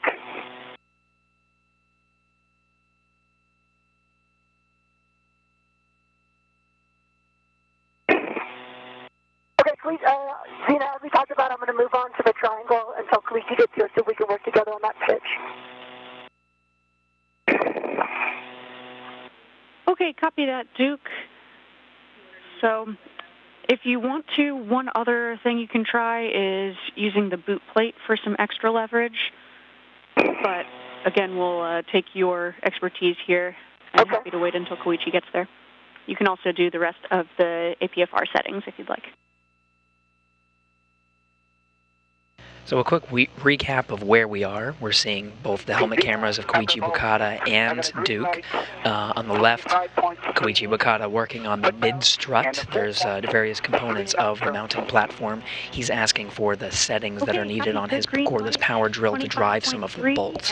On the right side, Duke is preparing the work site for installing a mounting platform on the 1A channel, and she's working on the portable foot restraint. You can see sort of the area where her feet will soon go later in the timeline, making sure that that's in a good configuration. So they're both at two different work sites right now. Visually, it's more than 4. Okay, copy. That's perfect. About 5 turns. With that, you can set your PGT to manual ratchet clockwise, and you'll be torquing both of those bolts. Looking for any additional turns, report those to us, and 2 MTL pops on each. See that?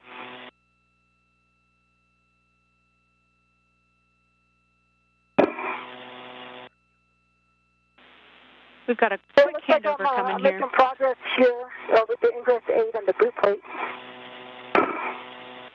Copy, Duke. Great work.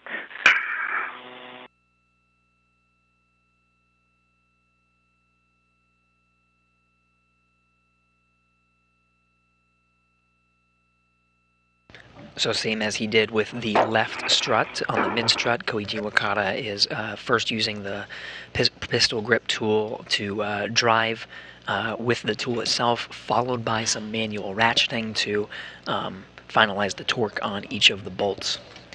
So right now he's working on that mid-strut.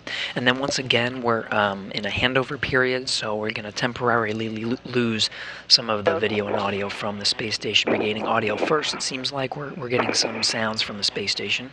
Back with you guys after a quick handover. Koichi, we were tracking you were in manual ratchet, but have not heard the report yet. And Duke, we're tracking you're working on the APF. Okay. Okay, so Zena, on the lower side bolt, I got 2 pops on the manual ratchet, another quarter turn. Copy, 2 pops, additional quarter turn on the lower bolt. And the upper bolt is the same, 2 pops I got and additional quarter turn. Okay, copy, 2 pops and an additional quarter turn. That's a good bolt on both of those. So with that, you can set your PGT back to motor and stow it. You can also now translate on the 1 Bravo mod kit. Copy. And I can translate to 1 Alpha model kit, right? Yeah, after this, you'll be closing the MLI on the collar bolts, and yes, you can translate on the 1 Bravo mod kit. Oh, okay, I understand. Copy that.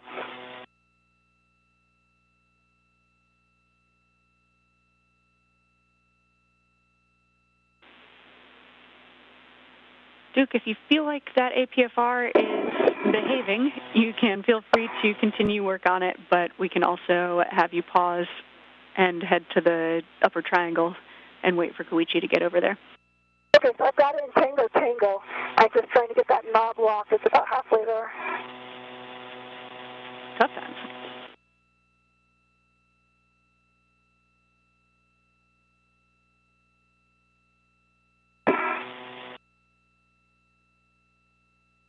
So as we regain video back from the International Space Station. Is back on. Do you have the heck of you?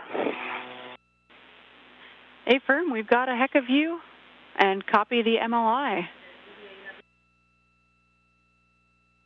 Okay. The next is the heck scan from the bracket. Copy. The MLI over the collar bolts is just out of our view in your HECA right now. So if you can reposition just a smidge, we'll take a look, but we'll also just trust your eyes on whether that's covering the collar bolts. Do you see the view? Let me know which direction I need to move. Yeah, you look great there, Koichi. We can have you head to the mounting bracket, check that it's clear of MLI, and you'll probably have an even better view from over there. Copy that.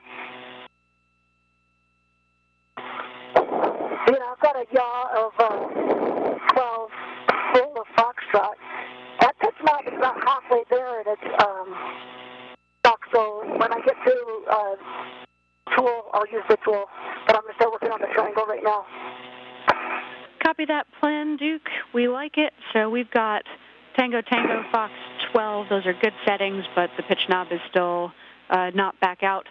And I like the plan to start working on the triangle. We'll come back with the tool.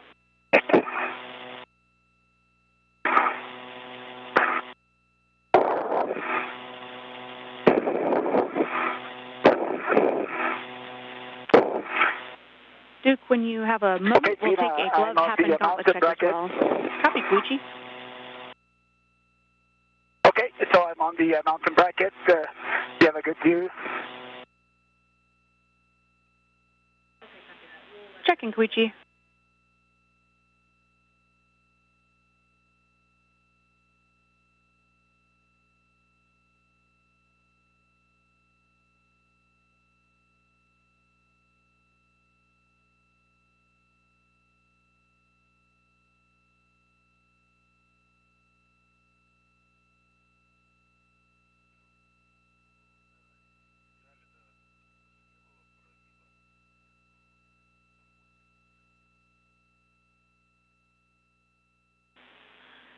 Koichi, we're taking a look there. It's a little bit dark in your camera view. We'll trust your visual report as well. Okay, so as for the MRI, the left side is covered up pretty well, and the right side, I can still a little bit.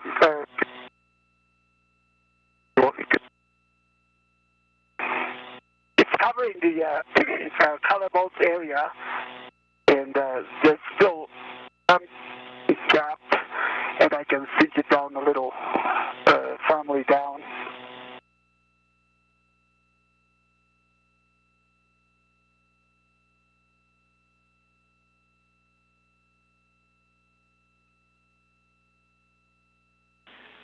Okay.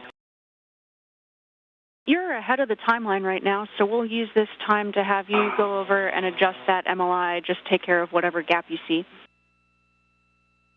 Okay, copy that.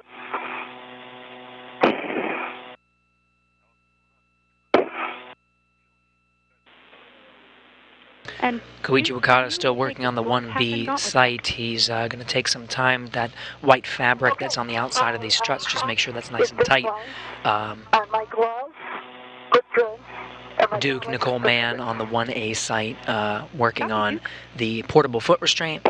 She's also going to start building the different components of the mounting platform, starting with the upper triangle, the topmost part of the mounting bracket. Do you want me to do another hacker scan? Copy, Koichi. Checking.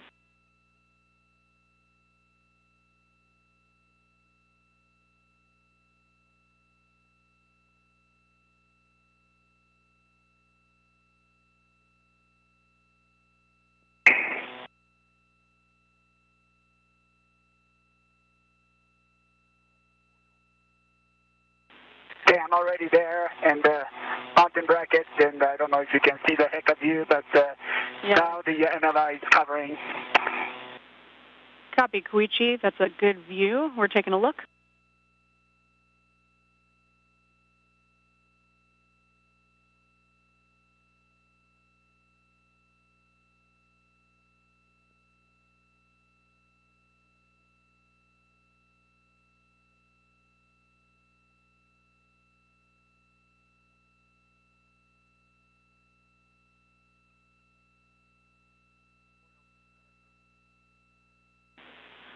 Okay, Koichi, we're taking a look, and we see a flap of MLI open on the telescoping end of the strut. If you see that as well, we'll have you go over and see if you can get that to close with the Velcro. Is that on the right side? Affirm, Koichi. Copy that. In work.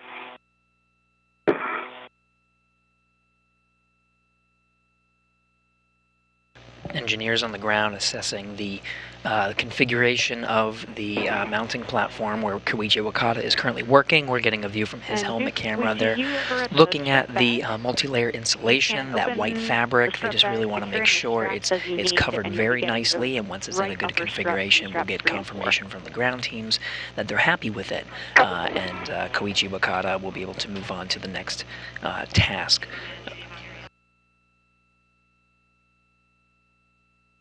Okay, Gina, I don't know if you can see my HECA view, but I used this integrated wire tie to secure this little bit open MLI. Does it look good to you? That looks beautiful, Koichi. We really like that. With that, we can have you depart this worksite, and you'll be translating over to 1 Alpha. Copy that. Translating to 1 Alpha. That's perfect. You'll head to the IEA via that right lower strut. Minimize translation on the mid strut if you can, and then you'll be going inboard on the S6 IEA. At the inboard edge, cross to the non-radiator side. Copy.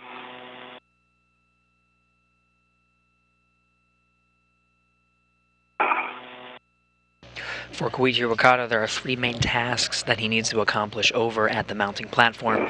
He was working his way basically clockwise around the mounting platform. He started on the left side to work on 2 bolts, then completed the mid-strut bolts.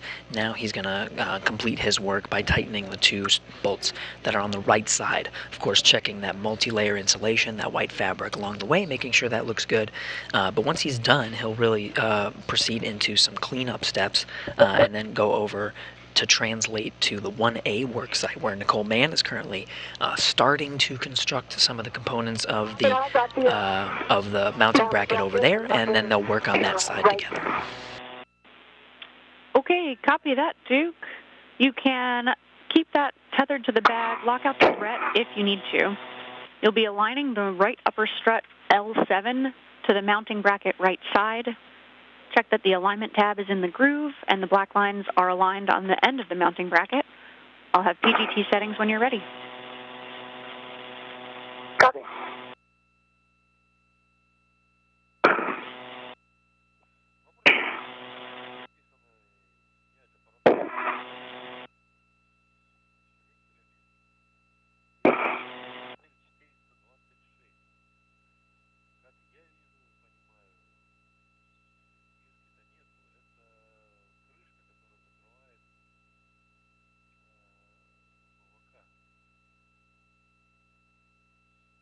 So over on the 1A channel, Duke is building the mounting bracket. You can see from this graphic right here what that's going to look like. So that upper part with the sort of pinkish purple part is the upper triangle. She's right now building that first.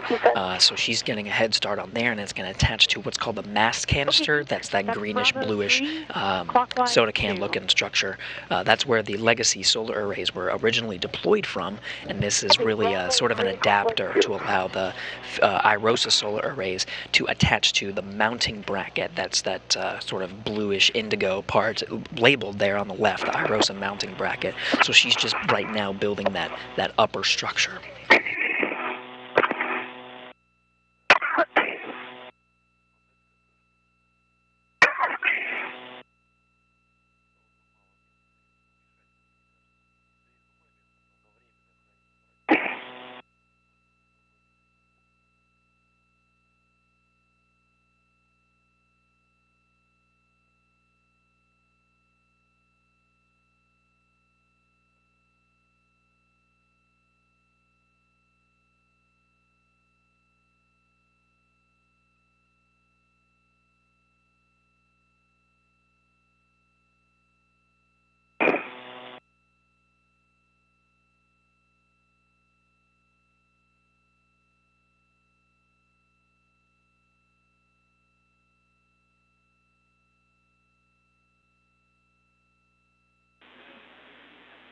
Hey, Koichi, if you can pause right there, you'll be following your safety tether back inboard to the 1 Alpha work site.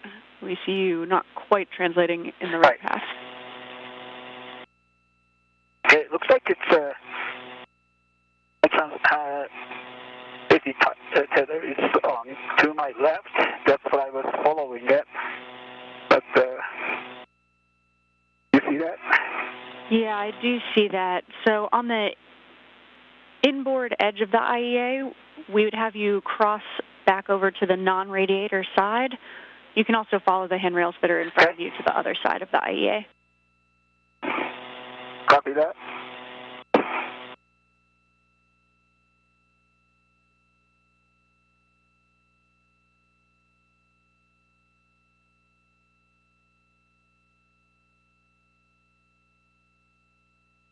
I'm going to translate here on at the end of the IEA to the non-radiator side. That's perfect, Koichi. Once you're on the non-radiator side, you can head inboard along the zenith edge. You'll follow S6 handrail 2008, and you'll be picking up your green hook from S6 handrail 2007. Copy that. Pick up green hook at 2007.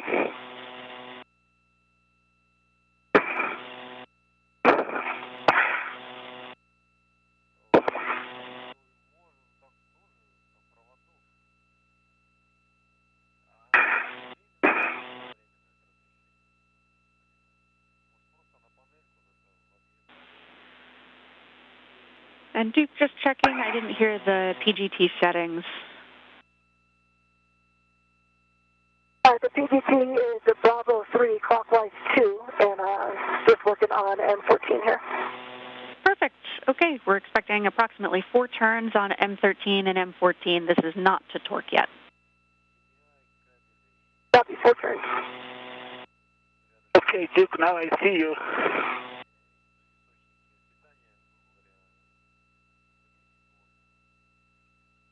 Okay, I see you out there, Koichi. All right.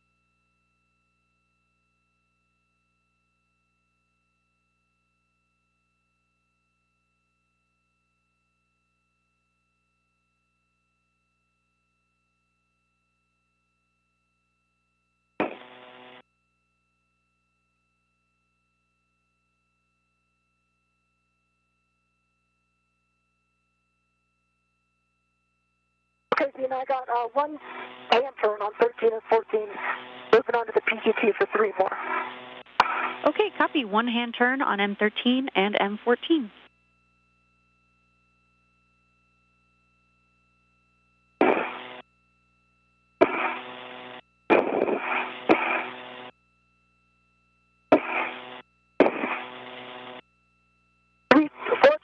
Three more turns on M14. Copy. 3 additional turns on M14. That's 4 total.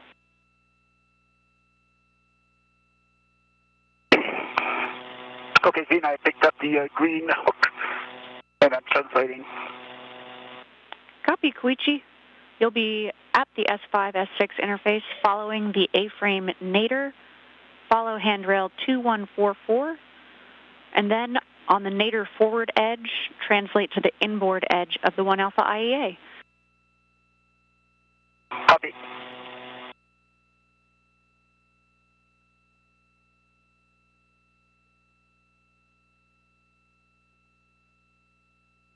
Okay, Dean, I'm moving on to upper left to center pad.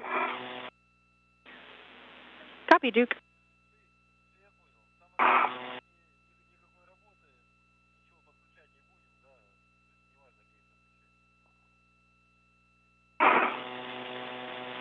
And Duke, those are straps 1 and 2 for the left upper. And I'll have PGT settings, new settings when you're ready.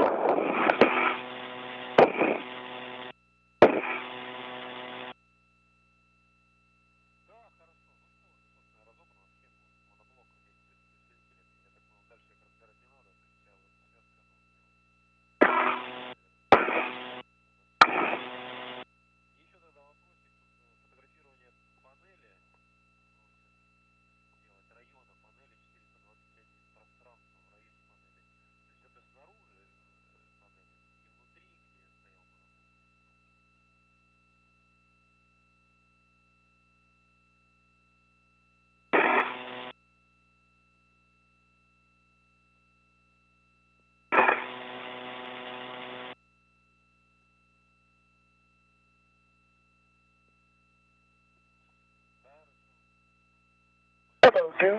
Hey, Koichi. I've got upper right on the center triangle. I'm going to work on the center pad now. Okay, copy. But it's not, that pitch knob was giving me a hard time. Pitch knob, okay. You want to give it a try, Okay. or try the tool? All the settings are correct. Okay, I'll try that. Thank you. That sounds good. Tango to Papa, right? No, the pitch is already set, Koichi. It just needs to be locked. Locked. Okay, copy. Yeah, good coordination for both of you. Koichi, if you do want to grab the Crowfoot tool, that's D-Ring Hotel in the strut bag. You'll need the ratchet wrench as well. Also, Duke, if it would help you to have an extra pair of hands, you can work together on the upper triangle, and then we'll go back to the APFR. I recommend Koichi work through the APFR since he's right there. Copy. That sounds good to us. And yeah, Duke, we concur that all of the settings are correct. We just want that pitch knob in the lock position. And if you need the tool, Koichi, I can hand it to you. Okay, let me try first without it, and then if it doesn't work, I'll get it. I got it about halfway there. Okay. So to catch up on the procedures for today, Koichi Wakata did tighten some of the bolts on the struts on the 1B side. He's going to go over and help Nicole Mann just for a little bit. They're going to split up the tasks on the 1A side. Nicole Mann, call sign Duke, is going to continue to work on that upper triangle, which is the top section of the full mounting platform that's going to be installed on the 1A mast canister as part of today's spacewalk. In the meantime, Koichi Wakata over on the 1A work site. They're over there together now. Koichi will work on the continue to work on that foot restraint, which Nicole Mann will enter later as part of accessing those different parts of the mounting platform. So the two of them are over on the 1A work site now. That's 14. Copy. Additional 3. That's 4 turns total. Thank you.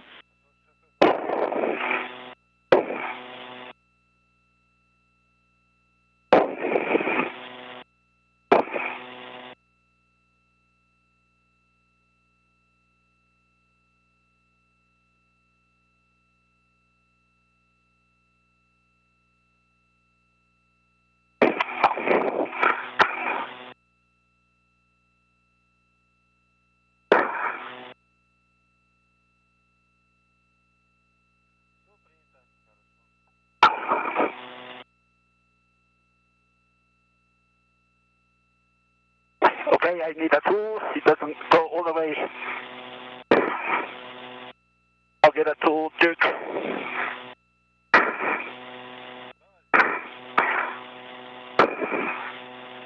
Yeah, you're going to go with the tool, Koichi? Yes, I'll get it. Okay. You see it? You're right above your head there. Okay. Houston copies.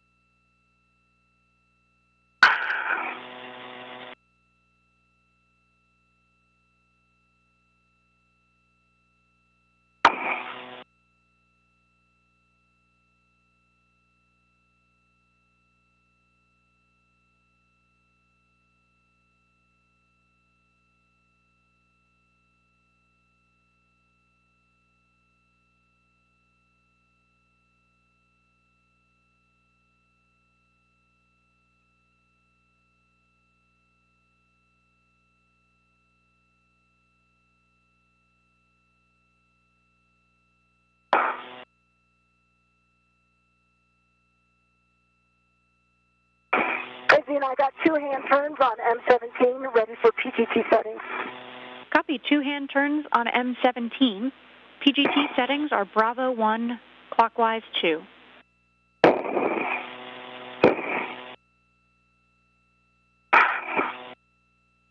Bravo 1, clockwise 2. And confirm I'm going to torque. Affirm. You'll be going to torque. We're expecting a little over 6 turns to 9 turns. So that'll be about 4 or 5 to 7 turns additional to the 2 that you got by hand. And checking as well for black line flush.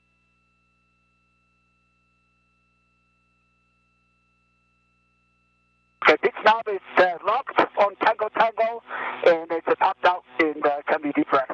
All right, Koichi, you're the man. It was really easy with the tool. That's awesome. Way to go, Koichi. All right.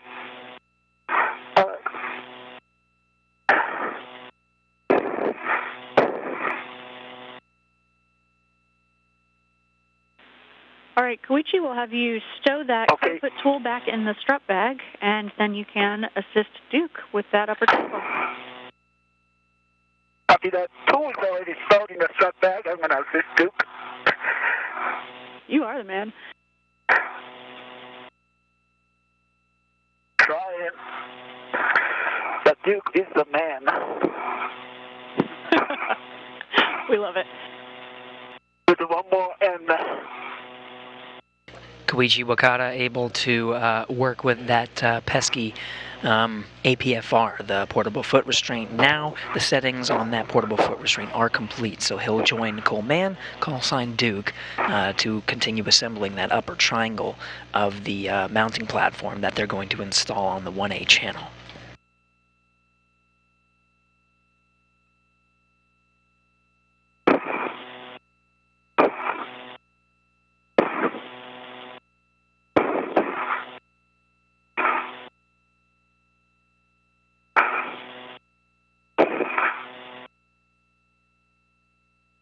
Got 6 more turns. Green light, 12.0 on the torque, black line flush. Okay, copy. 6 additional turns, black line flush, and good torque. With that, you can release the ret from the right upper strut. Copy.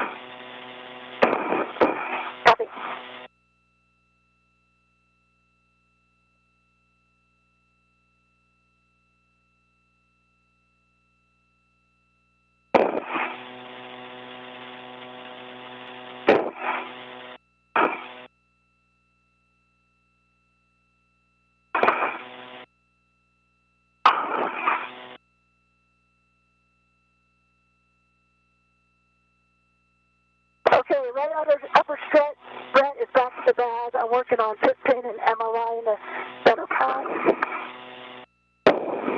Copy, Duke.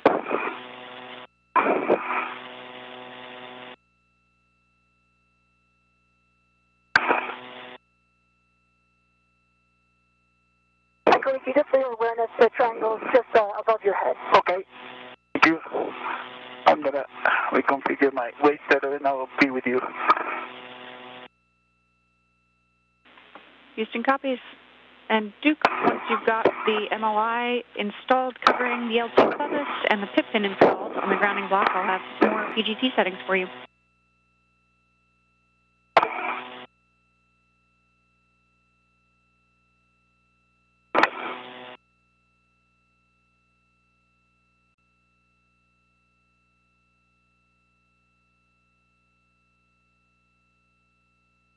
Okay, Duke.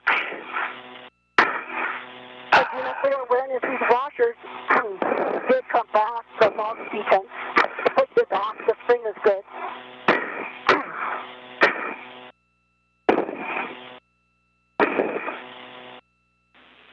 Duke, we copy.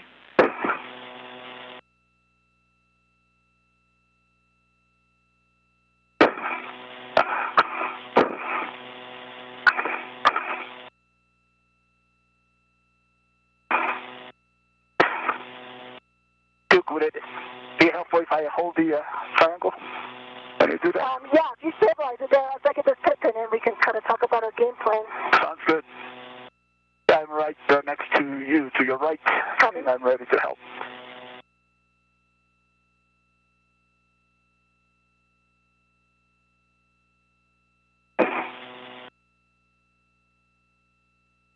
Okay, pit pin is installed. Koichi, how about I rotate the center pad to you? Okay. You can work on the MLI, and I'll start working on the left upper strut. Okay, copy that. All right, I'm going to rotate back towards you then. Perfect. All right? Yes. All right. All right, then I'm going to work on the MLI is on the center pad there. Right, okay. And heads up, guys, we've got about a minute until a 2-minute LOS. So, Duke, when you're ready, I can give you PGT settings and a couple steps to work on. Okay, go ahead with the PTT settings. Bravo 3, clockwise 2. Bravo 3, clockwise 2. I'm going to do 4 turns on one, torque on the next, and then torque on back on the original. Yeah, you got it. And just check for black line flush on both of those once you torque them. Okay, copy.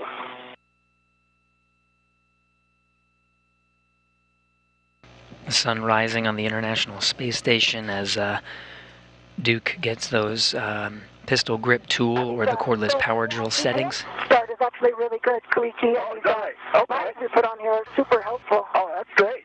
So that's good. Yeah. Them working together is making the build of that upper triangle of the mounting platform a little bit easier. They were able to build the handover. We are expecting to lose communication, just video and audio very briefly soon.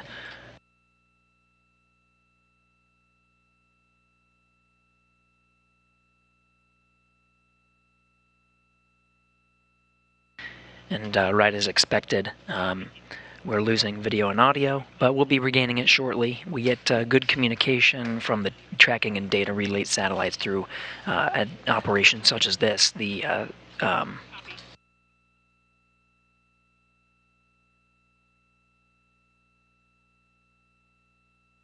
Though this is a larger gap in communication, so you'll notice a lot of folks in the room taking a bio break. The gaps are relatively short through a dynamic operation, but this is one of the longer ones, so it gives the team an opportunity to take a break. We'll get back to the action pretty soon.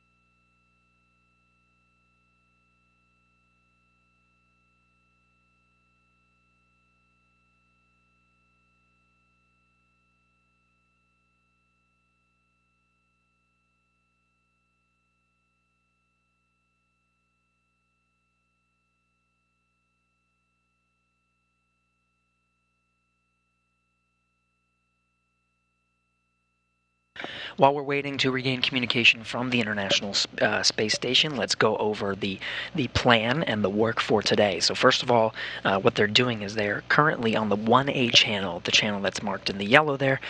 They are constructing a modification kit for future IROSA solar arrays, International Space Station rollout solar arrays. There are 4 that are installed in the International Space Station so far. That is all of the channels marked in blue, and then the green, the mounting hardware, that mounting platform was complete, but we saw Koichi Wakata tighten some of the bolts on the struts to make sure that that's ready to receive an IROSA later this summer. But the 2 of them now are over on the 1A channel, and they are working on the modification kit. Now, this is really a modification to the original mast canister. That's that light blue, kind of greenish tin can-looking structure. That had a legacy solar arrays, and they are building those struts that are going to house soon the International Space Station rollout solar array on that mounting bracket that you see there in the graphic. So they're building that top portion right now, the upper triangle. That requires a cordless power drill to secure some of the bolts in place. All of these different components, as you see them now, are transported through a bag, and that bag has been transported over to their work site. You can see some of the upper struts, some of those components, they had to take them out. All of them are marked so they know which pieces are which, and right now they are putting them together to build the upper triangle. This is not the first time we've done it, so we do have graphics from previous spacewalks. You can see there on the right, that is a fully constructed modification kit. That's what it looks like. And then here's from a previous spacewalk, 2 spacewalkers actually installing the rollout solar arrays. Once it's installed, it unfolds just like you see there, and it's called a rollout solar array for a reason. It rolls out and covers the bottom portion of the legacy solar arrays, but it generates an incredible amount of power. And so far, 4 have been installed and are performing very well. So what they're doing now is they're creating the modification kit for those another pair of solar arrays that are going to be delivered to the International Space Station later in the summer. We're now regaining video and audio from the International Space Station, so let's go back to the action, where Koichi and Duke are both continuing to work on constructing that modification kit.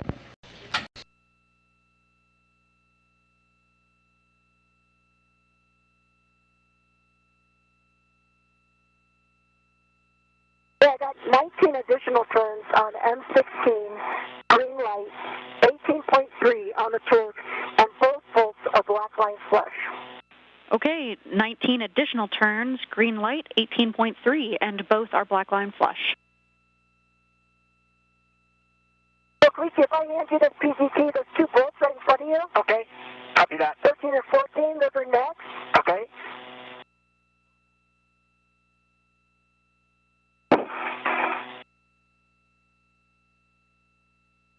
Okay, there you go. And it's already set at Bravo 3 clockwise 2. We're checking on one of those bolts before you pass off that PGT. Okay, stand by.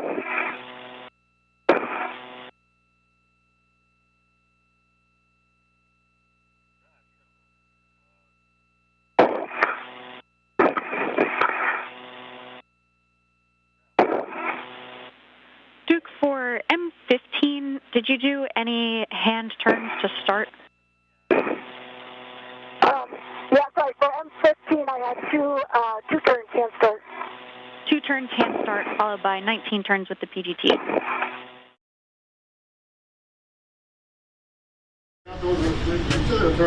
Yeah, right.